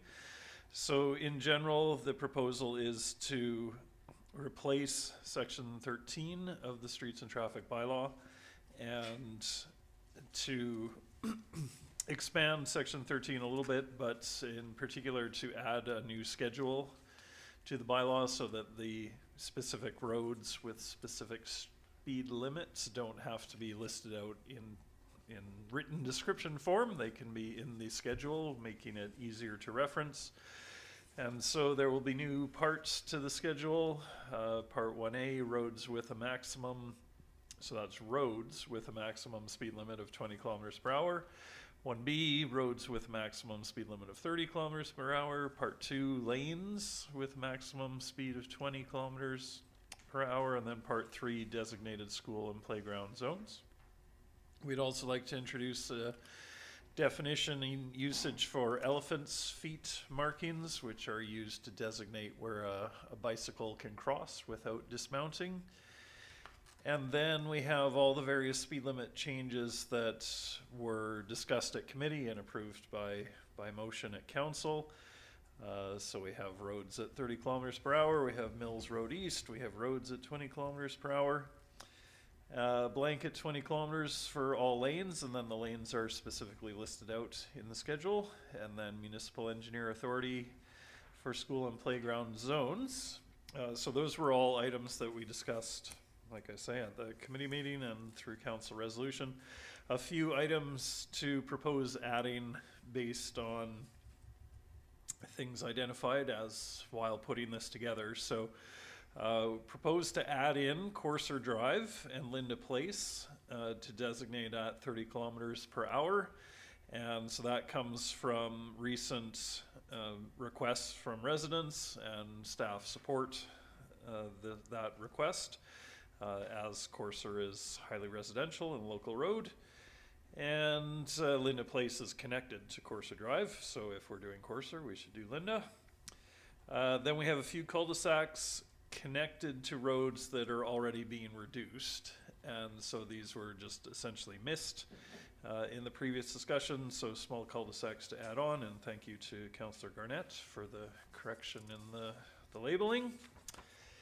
And then, as a new addition, proposing, in addition to all of the existing playground zones and school zones that will be listed in Schedule A, proposing to add on at this time a new formal playground zone in front of the Green Glade Community Center, so on Lannon Way. There's already signage there, but not a reduced 30km/h speed limit, so we'd like to propose to add that on. And then, as a point out of the discussions previously, Sterling Way had been posted at 40km/h, but was not designated as anything different in the bylaw. And so we discussed returning Sterling Way to 50km/h, and the airport authority has agreed, so we've changed the signage already. Does not require a bylaw amendment because it's just the default 50km/h. And happy to answer questions from there. Thank you, Mr. Murphy. I'll turn to the questions and begin with Councillor Garnett. Thank you, Mayor. Through you to staff. Just wondering if it's possible under the communication and public engagement, if this is something we could do as an overview in our town talk at some point in the future. Through the chair, absolutely. Perfect. And one other thing with regards to the actual bylaw itself, under 1B, roads with a maximum speed of 30km/h, and this is just to provide accuracy and to remove any ambiguity. Northbrook Drive between Westbrook Drive and Eastbrook Drive, it's not west, it's west. There's no T. I hear from people who live on that road. They take the name of their street pretty seriously. So appreciate that. Thank you. Thank you. Thank you. Any further questions? If there's no questions, I'll turn to sorry. We can proceed with 3 readings and then a second motion. I so move that bylaw number 2318 be given first reading. Second. All in favor? Carries unanimous. The bylaw be given second reading. Second. Any discussion? Councillor Garnett? Thank you, Mayor. I'd just like to thank staff for the inclusion of Green Glade and Community Center and Lannon Way. As a longtime resident of that area, I think anybody who's lived there a long time remembers it was an elementary school, so they always drive 30 anyways. But for anybody new there, they wouldn't have remembered that attachment. So I think it's an important change. Thank you. Thank you, Councillor. Councillor Keefe. Thanks. It's not that I disagree with all of the roads that are included. My opposition to this is just that I think that once we started putting in all these exceptions for now Courser's going to be 30 and all these other places, there's a whole lot of other roads and local roads. I'm thinking of my street, Amelia, Malaview, all of those off of Bowerbank. I would have preferred something that was more broad, to say 30 kilometers on those neighborhood streets, and rather than just including a handful of them. So that's my opposition to this. Thank you. Thank you, Councillor. Not seeing any further discussion, I'll call the question. Those in favor? Opposed? Councillor Keefe is opposed. The motion carries. Thank you. I move for third reading. Second. All in favor? Opposed? Councillor Keefe is opposed. The motion carries. And we have a second motion, Councillor? I so move that staff proceed with implementation of required signage and related measures following adoption of the amending bylaw. Second. Any discussion? Those in favor? Carries unanimous. Thank you. Thank you, Mr. Murphy. We're now turning to the Mayor's report. I indicated that I would give a verbal update on Access Awareness Day. In the interest of time, I will forego that. I just want to thank Beacon Community Services for hosting the day, for members of council for attending. And I'll turn to council reports, and we have Councillor Garnett, who's our liaison to the Shaw Centre for the Sale of Sea. Thank you, Mayor. And before I proceed with that, I'll just do a public service announcement. It's Pride Festival this Saturday through the SBIA at Beacon Park from 11 a.m. to 3 p.m. for anybody who wants to attend. The actual Sale of Sea Center board meeting was on May 26th. There's some figures for you. Visitors to the center from June 1st of 2025 to March 31st, 2026 was 69,130. Net income to March 31st is $46,000, and they've spent $91,000 on capital, which I believe I mentioned before, the majority of which is to the wheelchair lift. They have a new giant Pacific octopus ambassador, and he's been named Gandalf. They have not mentioned whether that's gray or white, but Gandalf it is, rather large, and he's very friendly and active as opposed to the shy guy they had before. They named it basically because they wanted to keep that theme of their Magical Night fundraiser they had, and that fundraiser event netted them $40,000. So it was very successful, and just thank you to everybody who participated. And I believe Adam Olson was the MC, so everybody said he had a great time. The one-year-old cohort of Chinook salmon was released in Souk on May 12th. And a new cohort of 170 fry is now in the center. And it's interesting because this is a unique batch. Of the 175, there are 2 that are albinos. And I learned a new word. There's one that's leucistic. So I actually had to go and look that up. And these are all genetic mutations with the pigmentation. And the albinos have red eyes. And the leucistic has normal colored eyes. That's the distinguishing feature. But when you look they're all small, but these are noticeably small. So we played like Where's Waldo, trying to find these guys circling the circle. If I already counted him, it's very unique, and they were very fortunate, and they had a connection with the hatchery and one of their staff, and is why they were able to get these specific. So it's going to be interesting to watch them grow and see if they get to this full size of the other ones, or they are always a little bit smaller. Anyways, quite interesting. The next exhibit at the center will be beginning in October, and it's called Forgotten Giants, Basking Sharks in the Pacific Northwest. And as a little teaser, there will be a life-size basking shark model that will be constructed. So I won't tell you where it's going to be if you go there, but they're pretty excited about that. World's Ocean Day was held yesterday, June 7th. Weather conditions were not spectacular. It was windy and quite chilly, but they still managed to have 500 visitors, they estimated, at the park. And 483 guests entered the center, and it was by donation. And the last thing I'll mention, and this is I'll close with a fun fact. So if anyone has watched the Netflix movie Remarkably Bright Creatures, it's a really good movie. There's a local connection to the center. So the octopus in the movie is CG, but its actual movements are based on the videographer John Roning's filming of the one-time ambassador at the center, Tseycum. So if you watch the movie, if you haven't watched it yet, if you go to watch it, the movements of that octopus was actually from an octopus that they had at the center at one point in time. And so I knew that, and then I watched the movie, and it gives a different context. So I thought I'd end with that. Thank you, Mayor. Thank you for all of that, Councillor. Are there any questions?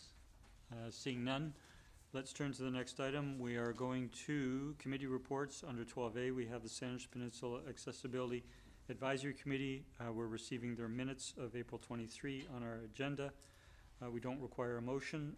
There was one recommendation coming from that meeting, and I'll turn to Councillor O'Keefe, our representative on the committee, to take us through that. Thank you, Mayor. I'll read in the recommendation, but you'll see in the comments that staff have already advised they're doing this, so it's a quick item that the recommendation was that staff be directed to review the guidelines for installation of tactile markings at intersections and report back to council. And staff have already advised that they do conform to the master municipal construction documents for this sort of thing. So I don't know whether we actually have to pass that motion or whether we can just receive this for information. Thank you for reading it in. I won't seek a seconder, and perhaps, Councillor, you could consider a motion to receive recommendation 1 for information. Sure, that council receive recommendation 1 for information. Second. Moved and seconded. Any discussion? Seeing none, all in favor? Carries unanimous. Thank you. And then we're turning to 12B, which is the we're receiving the minutes of the Accessibility Committee's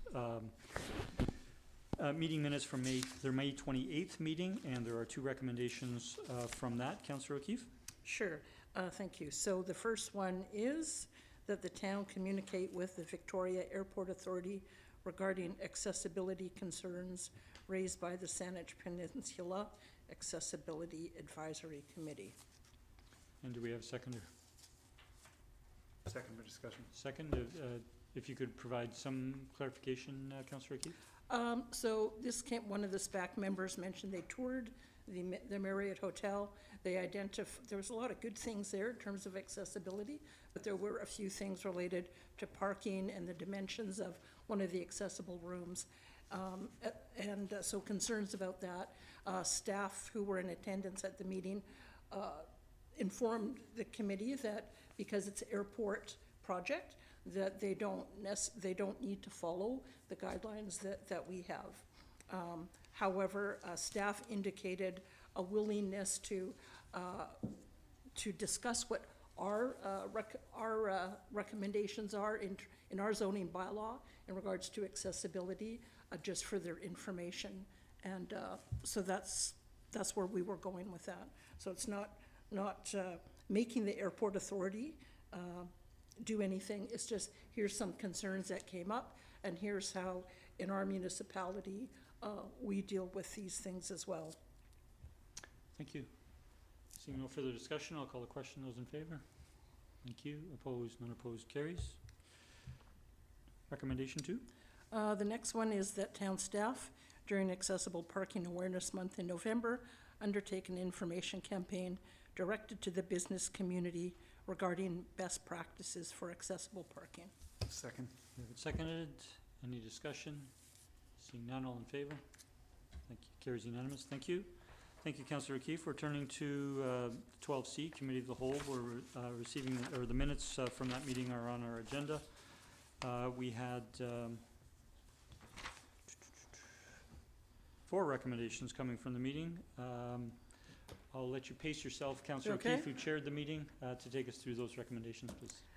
All right. So the committee recommended, and I so moved, that council approve in principle the June 1st, 2026 revised concept plan for the Sydney Transit Hub as proposed on slide 5 of the BC Transit presentation. And number 2, the council reaffirms approval in principle for the planning and design work to continue developing designs and cost estimates for the Sydney Transit Hub to support a business case and future funding application. Second. Moved and seconded. Any discussion? Seeing none, all in favor? That carries unanimous. Thank you. Please continue. All right, moving on to recommendation 2.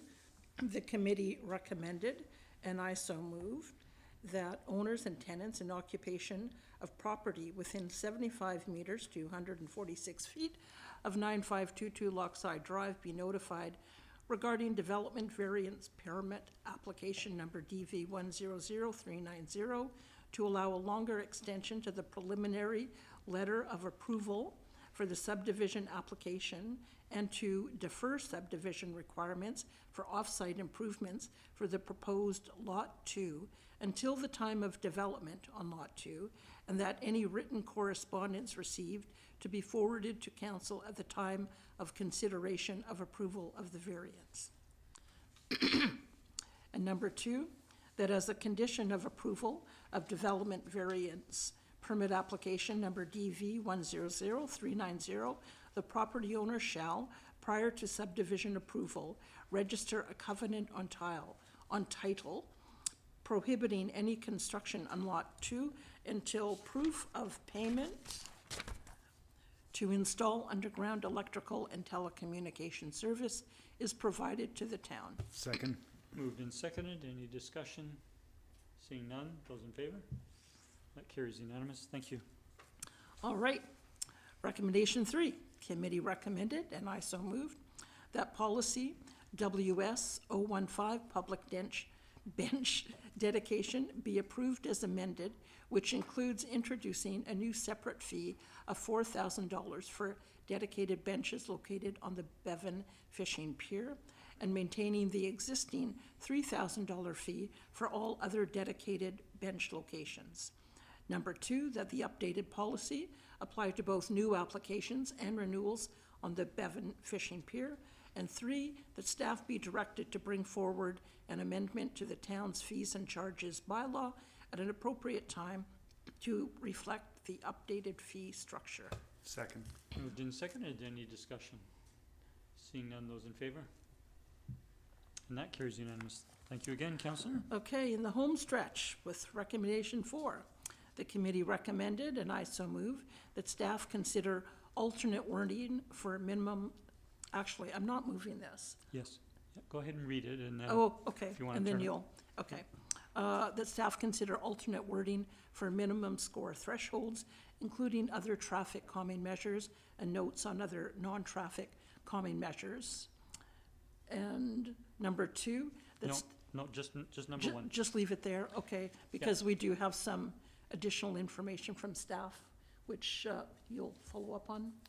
Yeah, so thank you, Councillor O'Keefe. So that gave direction to staff to consider amendments to the policy, and staff, as quick as a flash, have done that, and it is included, the amended report is included in our agenda. And so with staff having concluded that, we could look to the option 2 recommendation that the policy be approved as amended. But before we do that, are there any questions for Mr. Murphy of his amended report based on the recommendation 1 that we made at COW? Not seeing any. Councillor Keefe, would you consider that recommendation? Should I rescind my recommendation 1 then? We don't have a seconder, so Okay. we're not looking for a seconder. So I will move the alternate recommendation that policy W SÁNEĆ traffic calming for residential installed requests be Initiated requests. initiated requests, thank you, That's okay. be approved as amended. And number 2, that staff bring forward a proposed dedicated traffic calming capital budget for consideration in the next annual budget cycle. Second. Moved and seconded. Any discussion? Seeing none, want to thank staff for the turnaround on that to this meeting. I'll call the question. Those in favor? That carries unanimous. Thank you. Thank you so much, Councillor Keefe, for taking us through all those recommendations. We're turning to item 12D, which is we're receiving the minutes from the Advisory Planning Commission on our agenda. There's no motion required. There is one recommendation, and I will turn to Councillor Duck, our liaison to the APC, to take us through that. The recommendation, I so move that development permit DP 100859 to permit the form and character of a 4-unit residential development for the property at 96166 6th Street be approved, subject to the condition that the property owner shall, prior to the issuance of a building permit, 1, address design guidelines 25.4.4, private outdoor space, and 25.3.36, provide weather protection such as awnings and canopies at the primary business entries, and 2, pay to the town a deposit in the amount of 115% of the estimated cost and complete the hard and soft landscaping for the development. Second. Moved and seconded. Any discussion? I'll turn to the movers first. Councillor Duck? Yeah, I mean, everyone's seen the record of decision, and certainly overall, I think the APC was satisfied with the structure and did some minor tweaking, if I can consider that, but there were some concerns over other parts, but not by the majority of the commission. Great, thank you. Nothing further. Thank you. I have Councillor Gurnett and Councillor O'Keefe. Thank you, Mayor, and through you to Councillor Duck as our representative. Just curious about the 2 design guidelines that are being addressed, because it's not clear in the minutes what conversation led to those recommendations. So primarily on the accessory units at the back where the stairs go to the top, was providing some protection at the top of the stairway for exiting and entering the units. So that was on for the awnings and or whatever structure you want to put, but putting some coverage in there. And the private outdoor space? Was that? Just to create some sort of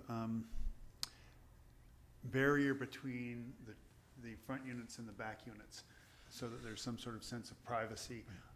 And that was to kind of working around the emergency procedures and access to the buildings, but to create some sort of space that was separate from the front property, primarily. Thank you, appreciate it. Thank you, Mayor. Thank you, Councillor. Councillor O'Keefe? Thank you. Yeah, I was just looking at the record of decisions and about the roof form and the living environment with need for storage and privacy. Are there, maybe the question is not for you, or if it's for staff, are there any specific guidelines for these type of developments in regards to those sorts of things? Or is it just, like, because it's a smooth development, is it different than other residential, or is there something specific for those? I'll turn to Ms. Reagan. Sure. Thank you. Through the mayor to Councillor O'Keefe. There aren't design guidelines in the OCP yet for smooth, a small-scale multi-unit housing type development in this neighborhood. That is a future amendment that we would be making to the OCP. There are guidelines about new development should respect the scale and form and character of the neighborhood around it. And the neighborhood around it is developed with a real mix of architectural styles and sizes and roof types. So I think the majority of the committee felt that this development would fit in with that mix of styles of buildings. Regarding the interior storage space, I can't recall a design guideline off the top of my head right now about that. But in the meeting, there was some discussion between the committee members and the applicant about how storage could be added in those units through the use of built-in cabinets, et cetera. So, thank you. Is storage something that would or could be in a design thing, or is that we have no say in that sort of thing? I think sometimes it does get discussed at the APC meetings, just about general livability of the proposed dwelling units being built. On a floor plan, you could see a closet if it's built in, or there could just be a cabinet built as part of the finishing of a room in a dwelling unit. Yeah, and I was thinking ahead to, you mentioned that there would be guidelines coming at some point, and so I was just wondering, is storage something that would be included in such guidelines, or is that beyond the scope of what we're permitted to ask for? It is getting to be a bit of a stretch from what the local government allows municipalities to designate as development permit areas for the form and character of a building, which usually tends to the exterior appearance of the building. Okay, thank you. I can just add to that there was a discussion, as staff indicated, that the proponent was very forthcoming in identifying internal storage, but the reality of just the space availability, there's, with all, well, I can't say that everyone, but I've lived in a place where there's no storage, and that's something that comes with small properties that you live in. And so, but the proponent definitely recognized that and said, even looked at the design to where you could take a triangle and turn it into an interior closet. So I thought he was very receptive to that idea. Thank you, Councillor Duck. Seeing no further discussion, I'll call the question. All in favor? That carries unanimous. Thank you. So we're turning to items, staff reports under 13. Under 13A, we have the monthly building report for the month of April. It's for information. There's no recommendation. Are there any questions or discussion or comments? Not seeing any. We'll turn to correspondence under 14A. We have an email from ACO regarding the installation of scaffolding on Beacon Avenue, and we have a recommendation from staff. I'm prepared to move the recommendation that staff reply to the writer. Do we have a seconder? Second. Second. Any discussion? Councillor Duncan.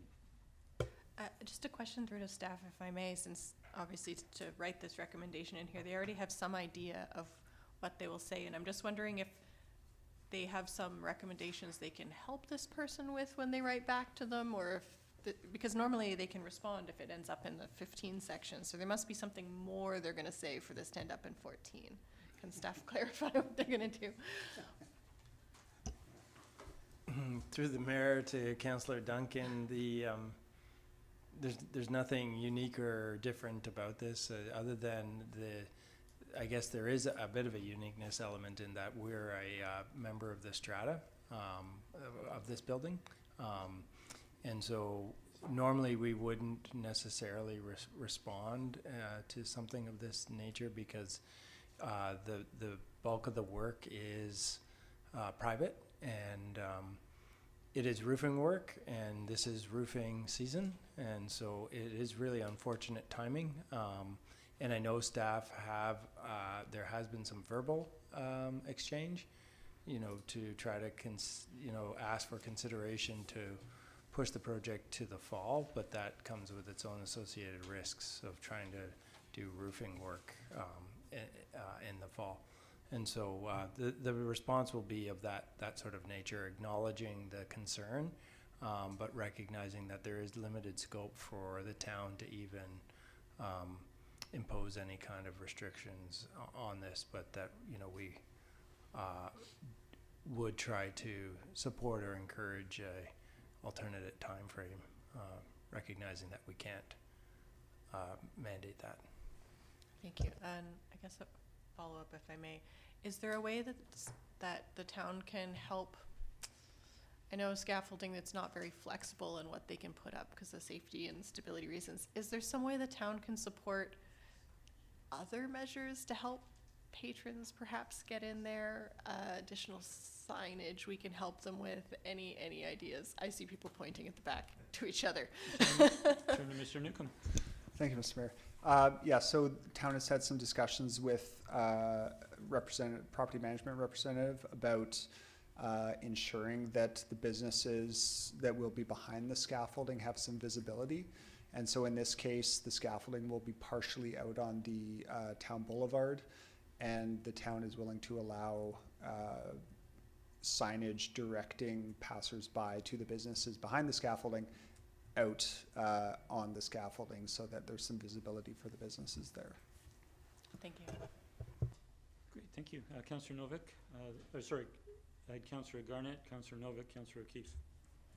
Thank you, Mayor. Through you to staff. I guess from a perspective of, and I appreciate that was one of the questions I had, and I appreciate the answer. And there are obviously safety requirements when you do that kind of work, but I could see how that would impact a business, people not wanting to go underneath of that. So I just, not sure what my question here is. Like, I guess when we have the conversation or the communication with the applicant or the letter writer, that how we convey the I mean, we have a level of understanding of the concerns, but like, you know, given what the CAO has said, like, I'm not sure what else we can possibly do, but I do see the concerns of somebody who sells ice cream in the summer. That's a pretty important time of the year for that business, and how this might negatively impact them. So, I mean, how do we convey, I'm not sure how we even, like, what we can do in this situation. It becomes quite challenging for the business owner. So, not sure what my question is here. I don't know how to address it. It's difficult. Yeah, through the mayor to the councillor, I think we're on the same page. It's a concern, and the timing is what it is. The nature of the work has to be done in fair weather. And that's part of the reality of having a business anywhere. It could be that, you know, perhaps we have to replace the water main on Beacon Avenue one day, and that will disrupt all businesses. You know, larger urban centers like the city of Vancouver have multi-year projects of putting in subways that really have massive negative impacts on businesses. We don't like the impact, but it is the reality of the infrastructure that we have in our town. So, thank you, Mayor. Thank you, Councillor Novick. Thank you, Mayor. I see from the letter that the scaffolding is to be installed as of June 1st, and I haven't actually gone to see if it's there today. In fact, I was there today. I didn't notice it, but maybe it is there. The question is, do we know how long it's going to be there once it does get up? That's my first question.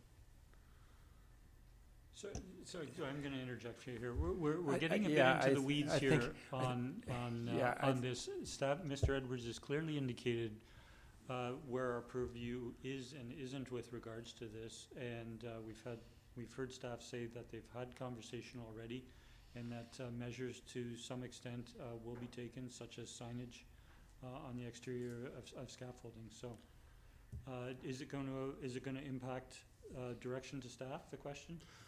I don't know.